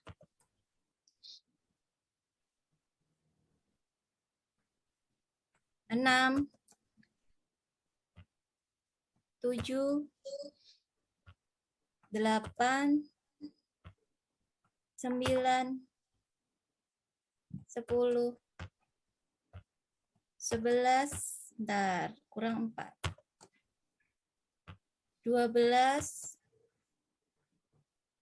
13. 14. 15. 16. Selesai. Terima kasih. Ya, Pak Abdul Ghaffur sepertinya sangat semangat ini di berfotonya. Ya. Ya, baik. Terima kasih Bapak Ibu sahabat Herlina Jawa Tengah. Selanjutnya kita akan lebih diskusi lagi. Memang tidak akan bisa selesai hari ini, tapi ada beberapa pertanyaan yang akan saya bacakan untuk dijawab langsung oleh narasumber. Pertama, pertanyaan dari Mbak Hanum. Jika akta keterangan hak mewaris dibuat oleh notaris di mana kedudukan si pewaris meninggal, bagaimana jika meninggalnya di luar negeri, Bapak? Ya. Lalu dengan dari Pak Jeffrey, dengan adanya Permen 16 2021 ini, apakah lebih memberikan kepastian hukum apabila pembagian warisnya diwajibkan dengan akta notarial? Ya, mungkin dua dulu ya, Bapak ya, sambil saya bacakan lagi. Sudah ya, Riko? Ya, saya bagi dua terlebih dahulu. Baik, terima kasih ya. Kalau misalnya secara dasar hukum ya, saya ingin melihat aturan yang berlaku. Bapak dan Ibu bisa lihat misalnya di pasal 15 Undang-Undang Jabatan Notaris di ayat 1. Di pasal 15 ayat 1 ada penggalan kalimat. Penggalannya itu begini. Notaris berwenang membuat akta Satu ya misalnya, yang diperintahkan oleh peraturan perundang-undangan. Jadi buatlah akta notaris jika itu diperintahkan oleh peraturan perundang-undangan. Banyak kan, buat PT, yayasan, fidusia, partai politik, wasiat, perjanjian kawin, arbitrase. Ada undang-undang yang memerintahkan, mau tidak mau harus kita ikuti. Jika ada undang-undang yang memerintahkan tidak kita ikuti, maka orang menyebutkannya perbuatan itu non-eksis, dianggap tidak pernah terjadi. Misalnya Bapak membuat PT dengan akta PT perkumpulan modal, tapi di bawah tangan, sudah pasti itu tidak bisa, dianggap non-eksis. Karena perintahnya harus dengan akta notaris. Nah yang kedua, buatlah akta sepanjang yang dikehendaki. Sudah tentu yang dikehendaki ini tidak semua harus kita kabulkan dikehendaki. Karena ingat pasal 1337 kalau kita BW. Sepanjang tidak bertentangan dengan norma agama, kesusilaan, dan lain-lain. Nah, jadi pertanyaan yang kedua tadi, saya menjawab dari yang kedua, Pak Riko ya. Tapi kalau Bapak dan Ibu baca di KHI, di kompilasi hukum Islam, coba baca nanti, di situ ada tegas. Tegas tapi kaitannya tegas itu dengan wasiat. Jadi di kompilasi hukum Islam menyebutkan, pemberian wasiat wajib dengan akta notaris. Bapak nanti bisa baca pasal 2195, 205, di situ ada. Jadi di KHI pun ada yang misalnya membuat wasiat itu dengan akta notaris, KHI sudah mengaturnya. Tapi khusus dengan pertanyaan tadi pembagian hak warisnya, karena tidak ada yang memerintahkan, tapi jika itu datang kepada notaris, anggaplah itu perbuatan yang dikehendaki. Kan tidak mungkin notaris, mohon maaf Pak, undang-undang tidak memerintahkan, saya tolak. Bahkan dalam praktek notaris itu, ribuan akta dibuat oleh notaris itu lebih banyak yang dikehendaki oleh para pihak. Nah jadi pembagian hak waris ini, haknya ya, bagian tiap ahli waris, kalau para pihak menghendaki dengan akta notaris, ya silakan lakukan. Boleh kok. Hanya pertanyaan seperti kata Riko tadi, mampu tidak kita menghitungnya? Menurut BW kalau pakai BW berapa, hukum Islam bagaimana, hukum adat apa? Mampu tidak? Kan hanya di situ sebenarnya. Artinya menformulasikannya ke dalam praktek. Karena kalau menurut saya di Indonesia itu ada 5. Secara substansi bukan keterangan warisnya. Keterangan warisnya sudah diunifikasi. Tapi substansinya BW, Islam, adat, nasional, putusan pengadilan. Ada 5. Bapak mau pilih yang mana? BW, Islam, adat, kesepakatan ya, dan putusan pengadilan. Pilih yang mana? Ya. Misalnya begini. Pasti kita tahu suami istri yang berbeda agama misalnya tidak boleh memberikan hak mewaris. Tapi ada putusan Mahkamah Agung yang menyatakan suami istri yang berbeda agama saling mewaris. Coba nanti kita lihat. Jadi sepanjang itu dikehendaki oleh para pihak untuk membagikan dalam bentuk akta notaris, menurut saya itu kita para notaris wajib melakukannya. Itu jawabannya ya, jadi wajib melakukannya. Namun yang kedua, meninggal di luar negeri. Bapak dan Ibu ingat, sesuai pernyataan dari Dirjen Dukcapil Profesor Zudan Arif Fakrullah, dia mengatakan semua warga negara Indonesia punya NIK. Jadi warga negara Indonesia yang sudah sekian lama tinggal di luar negeri, dia punya NIK. Nah NIK-nya itu bisa dilihat. Dia meninggal di luar negeri, NIK-nya dia di mana? Jadi dilihat saja di Dukcapilnya kan itu data terbuka. NIK itu tadi saya mengatakan ada provinsi, ada kota kabupaten, ada kecamatan, itu bisa dilihat.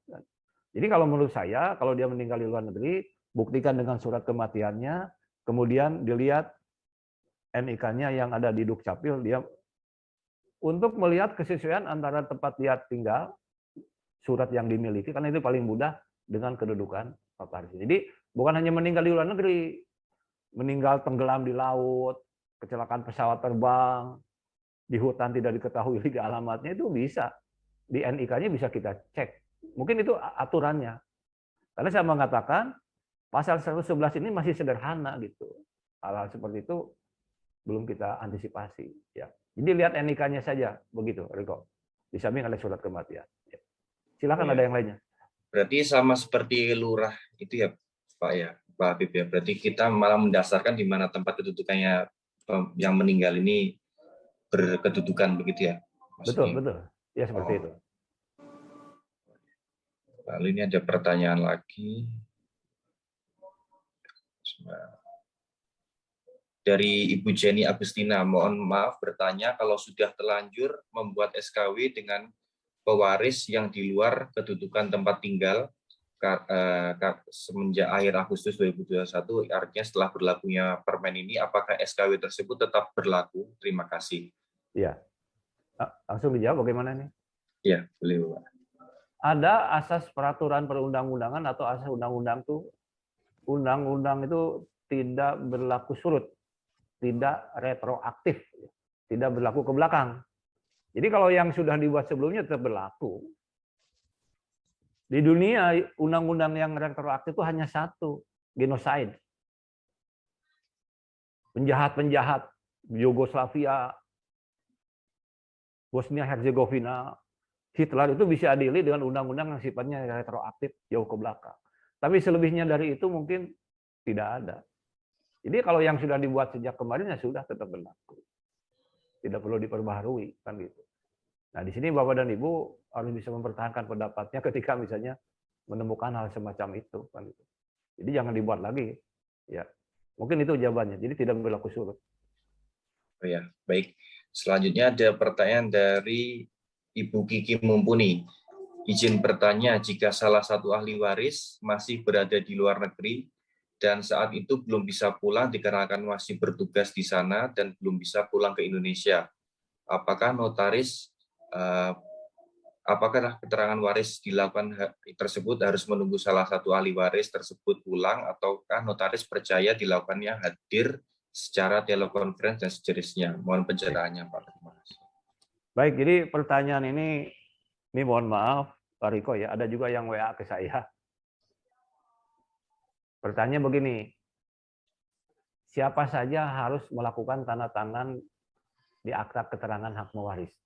Katakanlah contohnya ahli warisnya 5, anaknya 5, suaminya meninggal, istrinya masih ada. Siapa aja yang harus tanda tangan, gitu ya? Saya pengalaman nih. Bagi saya yang penting itu adalah tidak perlu semuanya tanda tangan. Cukup ibunya saja.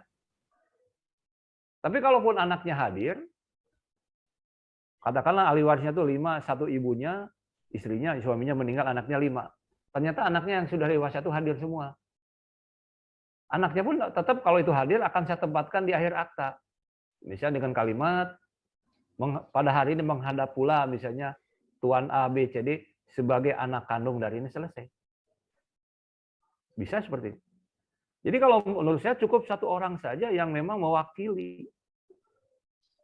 Tapi yang penting di sini adalah, atau pakai kuasa boleh juga, tidak ada masalah. Prinsipnya adalah jangan sampai menghilangkan salah satu ahli waris. Jangan sampai terjadi. Kenapa tadi saya mengatakan perlu disclaimer itu? Pak Notaris misalnya karena di luar negeri 1, masukin 4 aja dong. Boleh enggak? Saya dibayar berapa puluh juta pun saya nggak mau.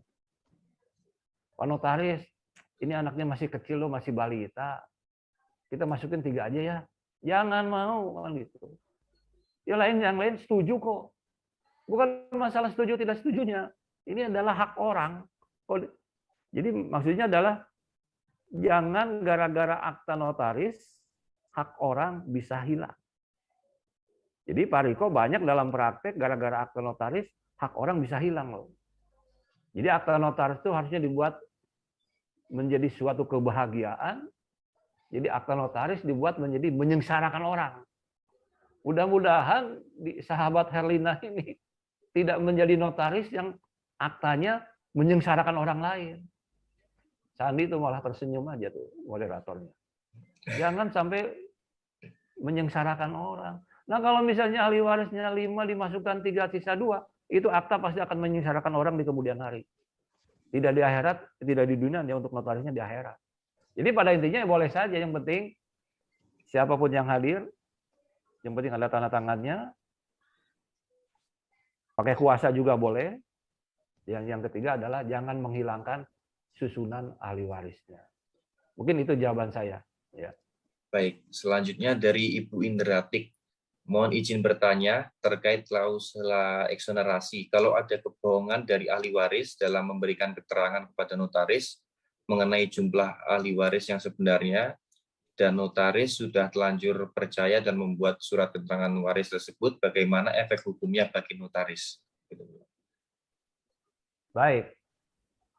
Ketika dibuat statement itu tidak ada, notaris tidak apa-apa. Artinya dibuat hari ini ahli warisnya 5. 6 bulan kemudian Anda usulkan 6, Pak. Ya kita kan tidak tahu. Makanya tadi pernyataan waris itu diawali dengan pernyataan dari dia.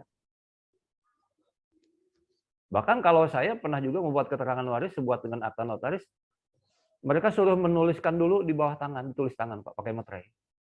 Bisa juga seperti itu. Jadi notaris di sini harus pandai-pandai membackup akta yang kita buat tuh. Kalau prinsipnya kan kehendak para pihak. Jadi kalau hari ini Pak ahli warisnya 5 atau 4, ya sudah. Kita percaya kan. Tapi kalau ketika membuat keterangan waris, Pak ahli warisnya sebenarnya 5, Pak. Kita masukkan 3 aja, notaris masuk penjara. Karena dia tahu 5 dimasukkan 3, dia tahu kan gitu. Tapi kalau misalnya pada hari ini dia ngomongnya 3, tidak ada keterangan lain 4 atau 5, pokoknya 3 sesuai pernyataannya. 6 bulan kemudian ketahuan jadi 5, yang penting kita bisa menjelaskan, saya tidak tahu. Saya, Pak Riko, pernah kejadian seperti itu. Saya katakan, saya juga dipanggil oleh polisi.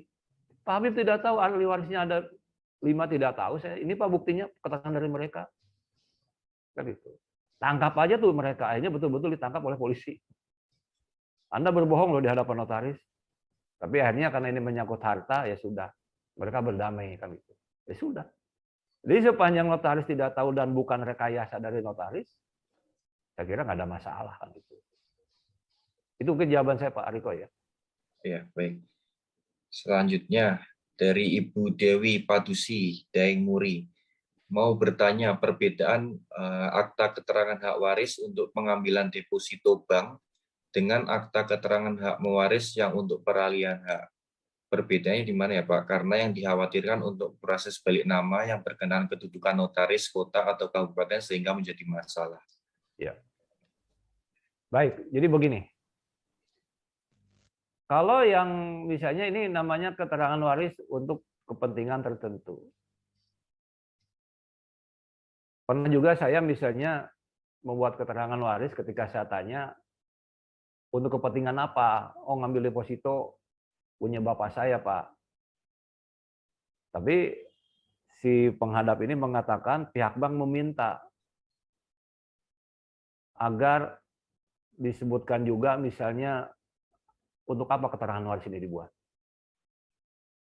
Nah, kalau ada yang meminta seperti itu, sebenarnya kalau menurut saya tidak dilarang juga bahwa keterangan waris ini ada ditambahkan saja klausul di bawahnya bahwa keterangan waris ini dibuat khusus untuk tindakan hukum berupa gitu ya, mengambil uang di deposito atas nama pewaris almarhum tuan ini di bank BCA sebanyak 1 miliar misalnya. Apa-apa, ada yang meminta seperti itu. Hanya untuk itu. Demikian juga jika untuk peralihan hak, jika dia meminta bahwa keterangan waris ini dipergunakan hanya untuk satu tindakan hukum berupa peralihan hak atas nama Tuan Abdullah. Boleh ya, boleh saja. Bedanya di situ aja. Tapi ada juga yang ketika umum, tidak menyebutkan untuk apa gitu ya. Pokoknya ahli warisnya saja. Boleh, boleh juga. Nah, kalau misalnya dibuat umum, berarti untuk semua perbuatan hukum dia berlaku. Nah, tapi Bapak dan Ibu harus hati-hati. Hati-hatinya begini. Ketika membuat keterangan waris, di keterangan waris dibuatkan untuk kepengambilan tertentu, ternyata ada tindakan hukum lainnya juga dari keterangan waris ini harus ada penjelasan. Ya, harus ada penjelasan. Karena jangan-jangan setiap tindakan dibuat lagi kan seperti itu. Jadi keterangan untuk tindakan hukum tertentu dijelaskan, misalnya untuk ini. Bedanya di situ aja kalau menurut saya. Kalau memang ingin dicantumkan seperti itu. Artinya tidak dilarang kan gitu. Mungkin itu jawaban saya. Berarti sebaiknya kegunaannya untuk satu saja atau umum, Pak, pembuatannya itu lebih baiknya, lebih amannya bagi notaris PPAT? Kalau saya sih lebih baik umum, Pak. Umum, ahli warisnya 10 orang, misalnya, atau 5 orang. Ketika dia untuk membuat pengambilan tertentu, lebih baik dibuat akta yang lain yang merujuk kepada keterangan waris ini. Keterangan waris dibuat nomor sekian di hadapan notaris Riko adalah dipergunakan untuk pengambilan uang. Lebih baik begitu, Pak. Itu menurut saya, karena ini kan saya katakan di pasal 111 itu tidak ada petunjuk apapun. Justru petunjuknya itu akan kita peroleh dari diskusi semacam ini. Kan itu. Nah, seperti itu kira-kira, Pak Riko, silakan. Masih banyak ini saya baca dulu, coba saya cari lagi. Ya. Pertanyaan tadi terkait bagaimana jika tempat meninggal pewaris di Kota Jakarta. Ini tadi sudah dijawab oleh Pak Habib, jadi di tempat kedudukan pewaris berada, artinya sesuai dengan KTP ya Bapak tadi ya. Jadi sudah dijawab.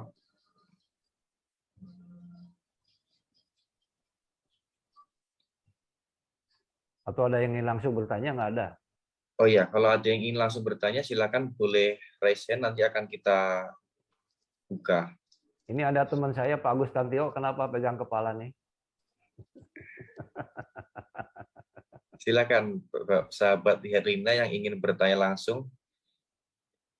Ini ada pertanyaan dari, ada Pak Samson, silakan Bapak. Silakan. Ya, silakan. Bisa di-unmute ya. Apa namanya? Pak Samson. Ya. Terima kasih buat Pak Riko sebagai moderator dan Pak Habib Aji sebagai narasumber. Perkenalkan, nama saya Samson April di Situmorang dari Kota Dumai. Izin bertanya, Pak. Tadi Bapak bilang untuk akta hak mewaris itu sebagai notaris ada 2 versi ya, Pak. Ada yang katanya akta otentik dan ada akta yang di bawah tangan ya, Pak. Cuma bagi Bapak sendiri merujuk kepada peraturan itu, maka akta hak mewarisnya harus dibuat dalam bentuk akta otentik. Nah, pertanyaan saya, Pak, apa yang harus kita lakukan sebagai PPAT apabila ada klien yang mau datang melakukan pengurusan turun waris, tapi akta hak mewarisnya dibuat oleh notaris lain, namun dalam format yang berbeda, misalnya dengan format akta yang di bawah tangan tadi, Pak? Ya. Terima kasih. Baik, langsung dijawab nih, Riko ya. Iya, baik Bapak. Ini berarti saya berhadapan dengan orang kuat nih. Namanya Samson. Apa namanya? Nah, jadi ketika misalnya kita tahu seperti itu ya, harusnya dengan akta notaris, tapi di bawah tangan legalisasi di luar negeri, bagaimana sikap kita sebagai PPAT ya, itu dibuat oleh pihak notaris lain. Ya pertama bisa 2 kemungkinan, kita tolak, Pak ini tidak sesuai peraturan undang-undang atau libat ulang, kan itu. Atau seperti saya katakan tadi, buat penegasan, Pak. Buat penegasan. Pak, bagaimana ini takut ditolak oleh BPN karena sudah ada contohnya, sudah ada buktinya, saya buat penegasan saja. Lebih baik begitu. Jadi, keterangan waris yang dibuat di bawah tangan oleh diketahui oleh camat itu akan saya tegaskan lagi dengan akta saya, kan. Lebih baik begitu, Pak. Ini cara. Tapi kalau cara yang kedua ya tolak aja, udah deh Bapak kembali lagi kepada notaris yang lama tuh, gitu aja. Mungkin nggak, masa Pak Samson akan menolak akta dari saya, kan enggak. Jadi lebih baik buat penegasan deh, itu seperti itu. Rasanya nggak enak sesama notaris dengan mengatakan yang dilegalisasi bawah tangan Bapak kembalikan, rasanya etikanya rasa susah juga mau bicaranya. Tapi lebih baik buat penegasan aja, Pak. Menurut saya seperti itu. Ya. Ini lahan baru, penegasan itu sebenarnya bisa kita lakukan kok. Gitu. Iya. Bisa dipahami ya? Ya, Pak sudah Samson di mana jelas. tadi? Di Dumai. Dumai. Oh, iya. Ya. Baik, selanjutnya kepada Ibu Ilen. Silakan Ibu. Dari Jawa Tengah juga atau bisa mengenal diri? Baik, terima kasih kesempatannya moderator. Selamat siang Pak Habib. Saya Siti Nurisminingsih, Notaris Kota Bekasi. Panggilan saya Ilen. Pak Habib, ini dengan peluang pasal 111 ayat 5 ini akhirnya kita notaris bersorak-sorak bergembira Pak, karena kita segera berlomba-lomba membuat akte pembagian waris. Akan tetapi yang menjadi permasalahan, kalau sepengetahuan saya Pak Habib, mohon pencerahan, P2HP yang kita kenal pada saat kuliah itu kan untuk meliputi seluruh harta waris. Nah, yang dimaksud dengan 111 ayat 5 ini yang sudah terjadi itu kemarin saya lihat contohnya hanya per sertifikat. Jadi misalnya saya di Kota Bekasi, saya lagi ngurus sertifikat Kota Bekasi, jadi P2HP-nya untuk di Kantah Kota Bekasi hanya satu sertifikat yang di Bekasi. Kemudian kemarin saya bikin Depok, saya bikin kebetulan Depok menerima ya notaris membuat pembagian waris dari di luar wilayah Depok, jadi saya buat juga, tapi hanya untuk tanah Depok. Nanti saya bikin lagi untuk tanah di mana gitu. Jadi tidak meliputi semua harta waris si pewaris. Sedangkan dulu waktu kita belajar Pak Habib, seingat saya saya belum pernah bikin aktenya, makanya susah. P2HP itu harus meliputi seluruh harta pewaris, termasuk deposito, perhiasan, uang dan sebagainya. Apakah memang semacam itu akte yang dimaksud oleh 111 ayat 5 ini Pak Habib? Kalau BPN sih pasrah aja, dia iya aja. Memang kalau begini Bu maksudnya, Ibu buat saja P2HP-nya induknya Bu. Induknya tuh yang menyantumkan seluruh harta yang bersangkutan. Mau mobil, rumah, tanah, kebun binatang, apalah terserah. Masuk semuanya di situ. Nah setelah itu baru Ibu buat satu akta lagi, per akta per bidang gitu Bu. Jadi kalau Ibu dapat 10 bidang, menjadi milik si A, si B, si C, berarti Ibu buat berapa kali? 10. Misalnya si A ini meninggal gitu ya, punya anak 10. Ada sertifikatnya tuh 10. Berarti kan dibagikan satu-satu kan? Yang di jalan A untuk si A gitu ya. Ya berarti satu akta, yang di jalan B untuk si B satu akta. Ya nggak apa-apa Bu begitu. Jadi sebanyak sertifikat itu sebanyak P2HP Ibu harus buat itu aja. Karena dia mencantumkan satu orang. Ya. Tapi induknya harus dibuat Pak Habib, karena kenyataannya sekarang ini teman-teman yang lakukan ya per satu aja, karena susah sekali buat yang P2HP induk ini, karena kan melibatkan semua harta waris. Kalau saya sering membuat gini, kalau yang pernah saya lakukan ya, saya selalu membuat induknya dulu. Kalau saya judulnya tuh inventarisasi harta pewaris gitu. Judul aktanya tuh inventarisasi harta pewaris. Jadi saya masukkan semuanya di situ. Supaya dia nggak ribut di suatu hari kan gitu. Nah setelah itu mereka sepakat yang ini untuk siapa, yang ini satu siapa, begitu Bu. Jadi seperti itulah kira-kira kan gitu. Tapi untuk pasal 5 tadi memang harus satu Bu. Satu orang satu bidang, satu orang satu bidang kan gitu. Nggak apa-apa. Kecuali kalau memang beberapa bidang diberikan kepada satu orang, mungkin itu bisa digabung kali ya. Walaupun KKP-nya mungkin agak susah di BPN. Tapi kalau menurut saya tetap dibuat satu aja Bu. Baik. Kan lebih banyak, lebih bagus, lebih banyak honor Ibu terima kan gitu. Tapi kepikiran yang P2HP induk itu Pak Habib itu kayaknya realisasinya agak susah nih. Ya nanti kita latihan lagi, saya pernah melakukannya seperti itu. Ya, baik Pak Habib. Ya, yang penting itu. Ya, mungkin nanti di webinar sahabat Herina selanjutnya. Jadi kalau nanti Ibu Ilen dapat 20 bidang sertifikat, dibikin aja 20. Kali 5 juta, 100 juta. Kalau sertifikat masih muda Pak Habib, yang susah itu yang lain Pak, harta waris yang lain kayak uang, deposito, perhiasan itu kan. Ya makanya para pihak diminta untuk. Bisa, tapi untuk praktek agak takut buatnya Pak Habib. Ya nggak apa-apa lah nanti. Ya terima kasih Ibu Ilen. Terima kasih. Selanjutnya Ibu Nuat Hamiroh, silakan boleh menyampaikan pertanyaannya. Bisa di-unmute dulu.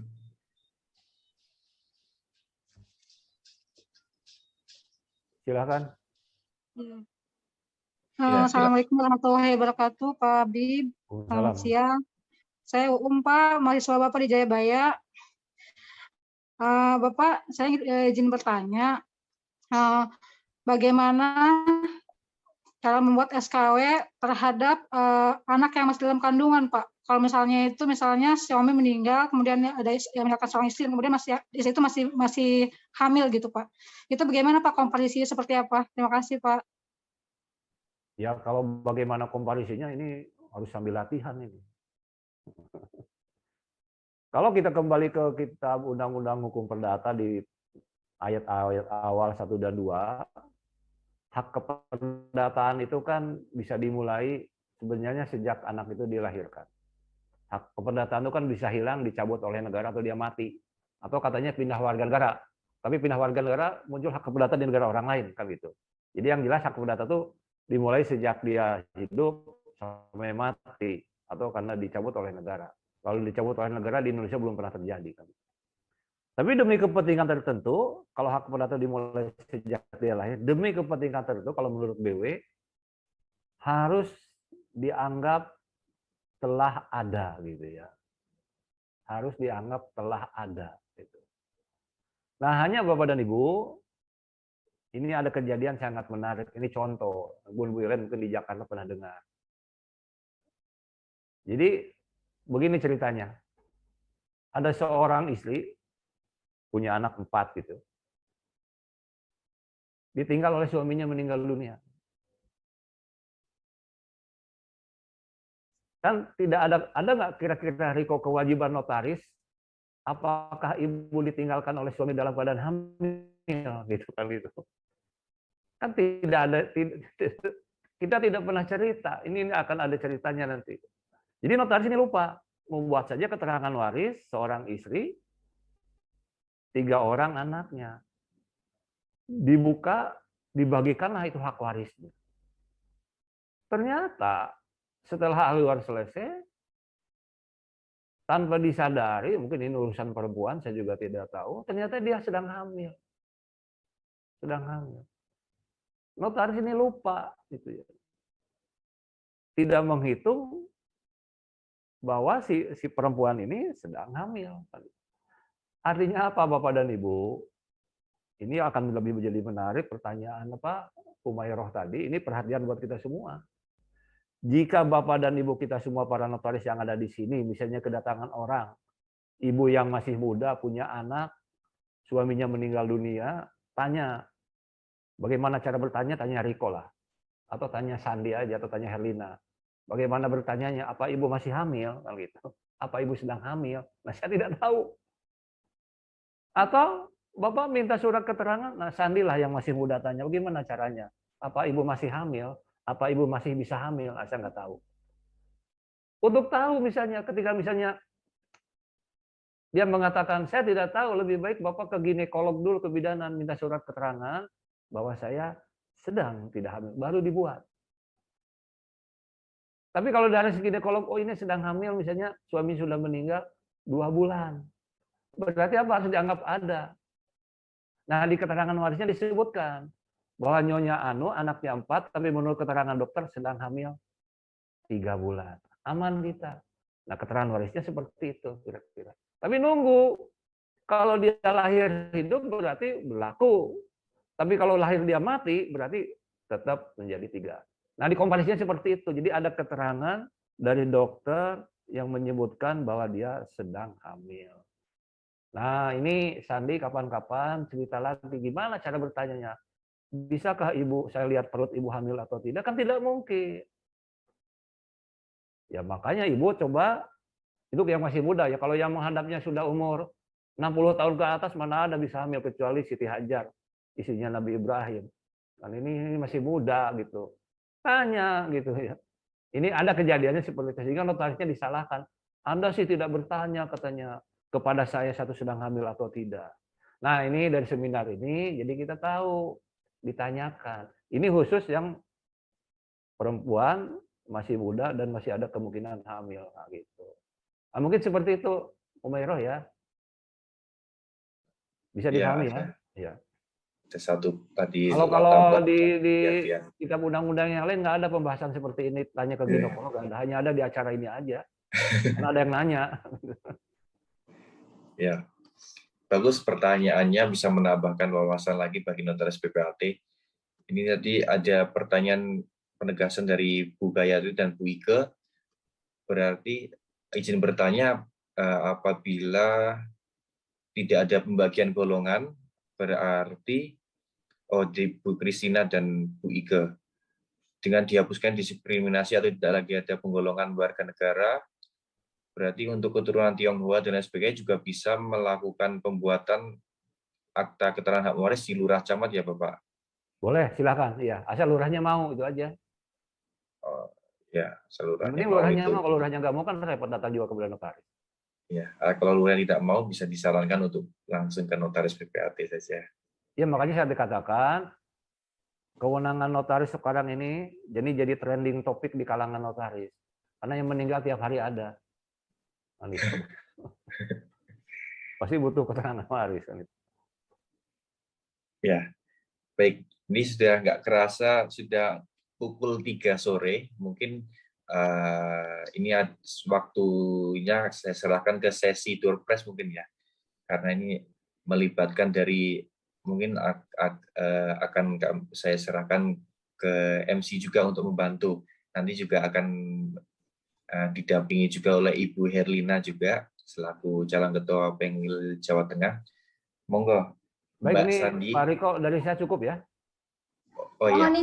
Mohon izin Pak, mungkin masih ada stay di tempat Pak Habib.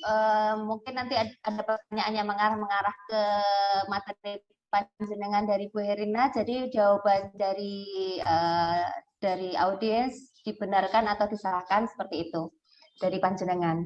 Jadi mohon izin stay dulu Pak ya. Ya, boleh. Sebentar aja ya, Pak. Silakan. Ya. Ya. Oke, untuk sesi selanjutnya yaitu sesi pembagian door prize. Mohon izin kepada Ibu Herlina. Monggo Bu. Ya, terima kasih Mbak Sandi. Ye, monggo. Ya, terima kasih. Waktu dan tempat saya persilahkan kepada panjenengan.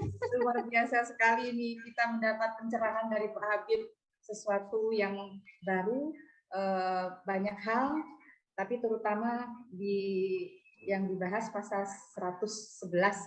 111 itu menarik sekali bagi kita, tapi tadi hampir semua sudah terjawab oleh Pak Habib. Dan pertanyaannya bagus-bagus semua. Tadinya ini Mbak Sandi, saya mau pilih teman-teman yang pertanyaannya yang terbaik gitu ya untuk dapat door prize. Ternyata pertanyaannya baik semua, bagus semua gitu. Jadi pertanyaannya saya ganti nih. Justru gitu. Yang bagi yang penggemar Pak Habib mesti tahu banget ini gitu ya. Nanti teman-teman yang bisa menjawab, merasa bisa menjawab, raise hand aja ya. Nanti biar host yang mengizinkan untuk menjawab.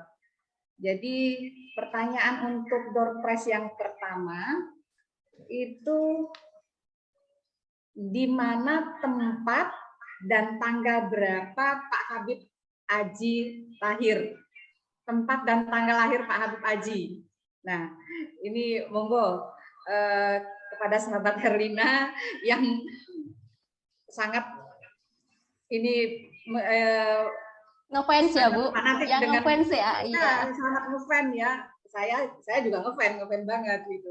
Monggo teman-teman bagi yang bisa menjawab. Ya. Ini ada yang sudah menjawab Ibu. Ya. Ada yang menjawab. Pertama Ibu Rena Justina ya. Bu Rena Justina. Oh, yang pertama Bu Rena. Oh ya. Tapi hanya tanggal lahirnya saja ya. Tidak termasuk tempatnya. Ya. Yang saya tanya tempat dan tanggal lahir ada yang betul udah resen ya tadi ya. Yang pertama Ilen. Oh ya, Ilen. Ya, Ilen. Ibu Ilen. Itu betul ya, 20 Mei 1961. Selamat Bu Ilen. Betul ya Pak Habib ya? Kok saya yang membetulkan? Waduh, keceplosan saya. Pak Habib, saya lihat itu betul ya Pak Habib ya? Bandung 20 Mei 1961 ya Pak Habib ya? Karena Bu Helen selalu dihafalkan soalnya. Selalu di hati soalnya Pak Habib. Betul ya, silakan. Ya, sahabat Herlina soalnya. Kalau sahabat Herlina pasti selalu di hati. Ya, udah dijawab. Saya yang menjawab tadi ya, berarti ya.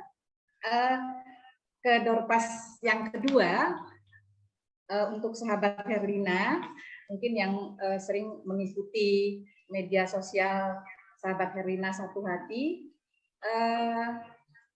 saya ingin menanyakan apa tagline atau slogan sahabat Herlina. Monggo bagi teman-teman sahabat Herlina yang selalu sering disebutkan di awal pun saya tadi menyebutkan apa tagline sahabat Herlina, itu juga termasuk visi utama saya untuk menjadi salah satu calon ketua Penggil IPAD. Pak Moderator, tolong dicek Ya, Pak Moderator. yang di kolom ada beberapa chat di kolom komentar atau resen Ibu? Resen aja disebutkan. Resen. Ya, silakan yang resen terlebih dahulu. Ini Bu Endang ya? Ibu Endang, silakan Ibu Endang. Bisa di-unmute Ibu Endang dan menyalakan kameranya dulu. Ya, silakan. Satu hati, Bu. Ya, itu tapi tagline-nya kurang.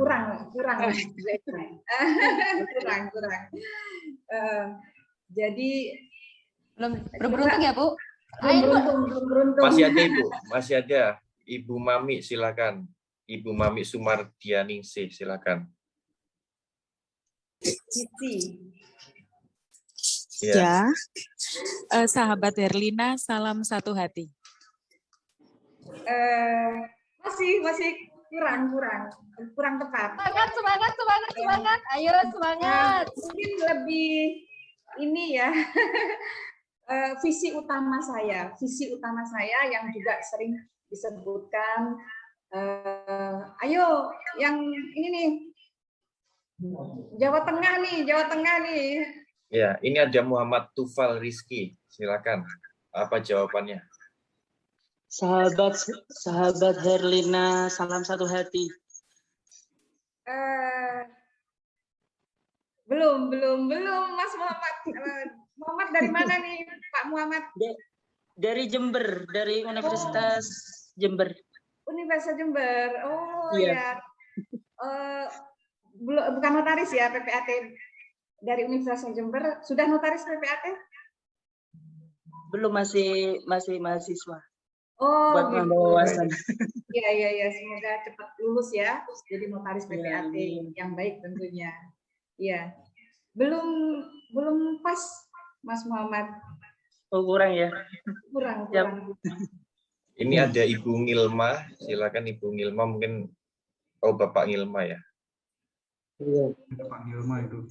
Tagline-nya membangun rumah nyaman PPAT Jawa Tengah dengan hati. Iya, betul. Pak Ilma ini yang rajin mengikuti acara saya. Iya, Pak Ilma, selamat Bapak berhak untuk mendapatkan door prize ya dari sahabat Herlina. Alhamdulillah. Jadi betul tagline saya termasuk itu visi saya dalam pencalonan sebagai Ketua Penggil IPAD Jateng. Saya ingin membangun rumah nyaman PPAT Jawa Tengah dengan hati bersama-sama dengan seluruh rekan PPAT Jawa Tengah. Selamat Mas Ilma, terima kasih atas perhatiannya. Terima kasih. Demikian Mbak Sandi, sudah terlaksana, sudah terbagikan door prize-nya. Saya kembalikan ke Mbak Sandi ya.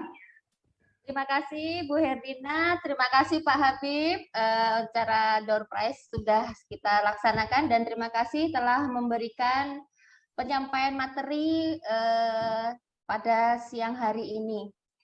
Untuk selanjutnya, bagi peserta yang beruntung mendapatkan door prize, silakan menghubungi Bapak Arif Himawan sebagai narahubung untuk memberikan nama dan alamat lengkap supaya door prize dapat dikirim dengan segera.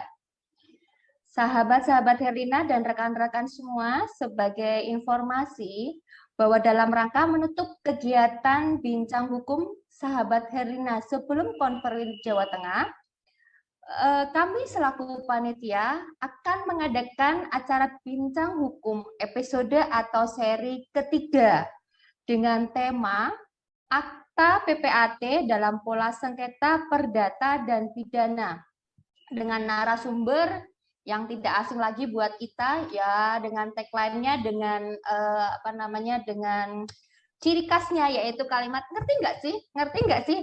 Ayo siapa coba? Ya, beliau adalah Bapak Dr. Peter Latu Mantan, sarjana hukum, magister hukum, spesialis notariat. Kapan acaranya? Tunggu tanggal waktunya. Pemaparan materi sudah, pembagian door prize juga sudah, pengumuman juga sudah. Tanpa terasa, rangkaian acara bincang hukum pada siang hari ini sudah selesai dilaksanakan. Saya selaku Master of Ceremony mengucapkan permohonan maaf apabila dalam memandu acara ada kesalahan. Acara webinar ini saya tutup dengan ucapan Alhamdulillahirrabbilalamin. Terima kasih. Wabillahi taufiq wal hidayah. Wassalamualaikum warahmatullahi wabarakatuh. Sampai jumpa di acara webinar selanjutnya. Terima kasih Pak Habib. Terima kasih banyak. Terima kasih Pak Habib. Kita tunggu berikutnya.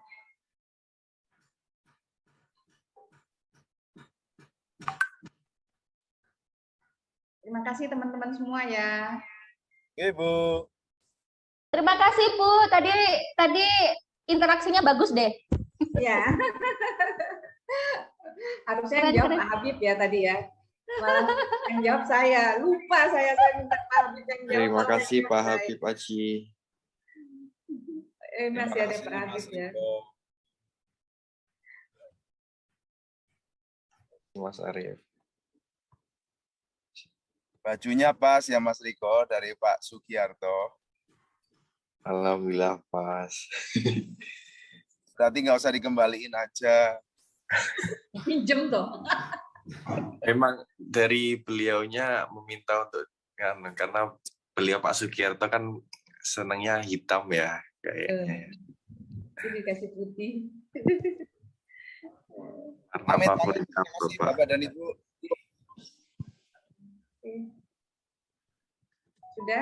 Sudah, izinlah ya Ibu Bapak. Siap. Alhamdulillah. Nanti reviewnya ditunggu. Terima kasih. Assalamualaikum. Mohon maaf lahir batin ya Ibu Bapak. Nanti Lebaran maaf lahir batinnya ya. Nanti Lebaran.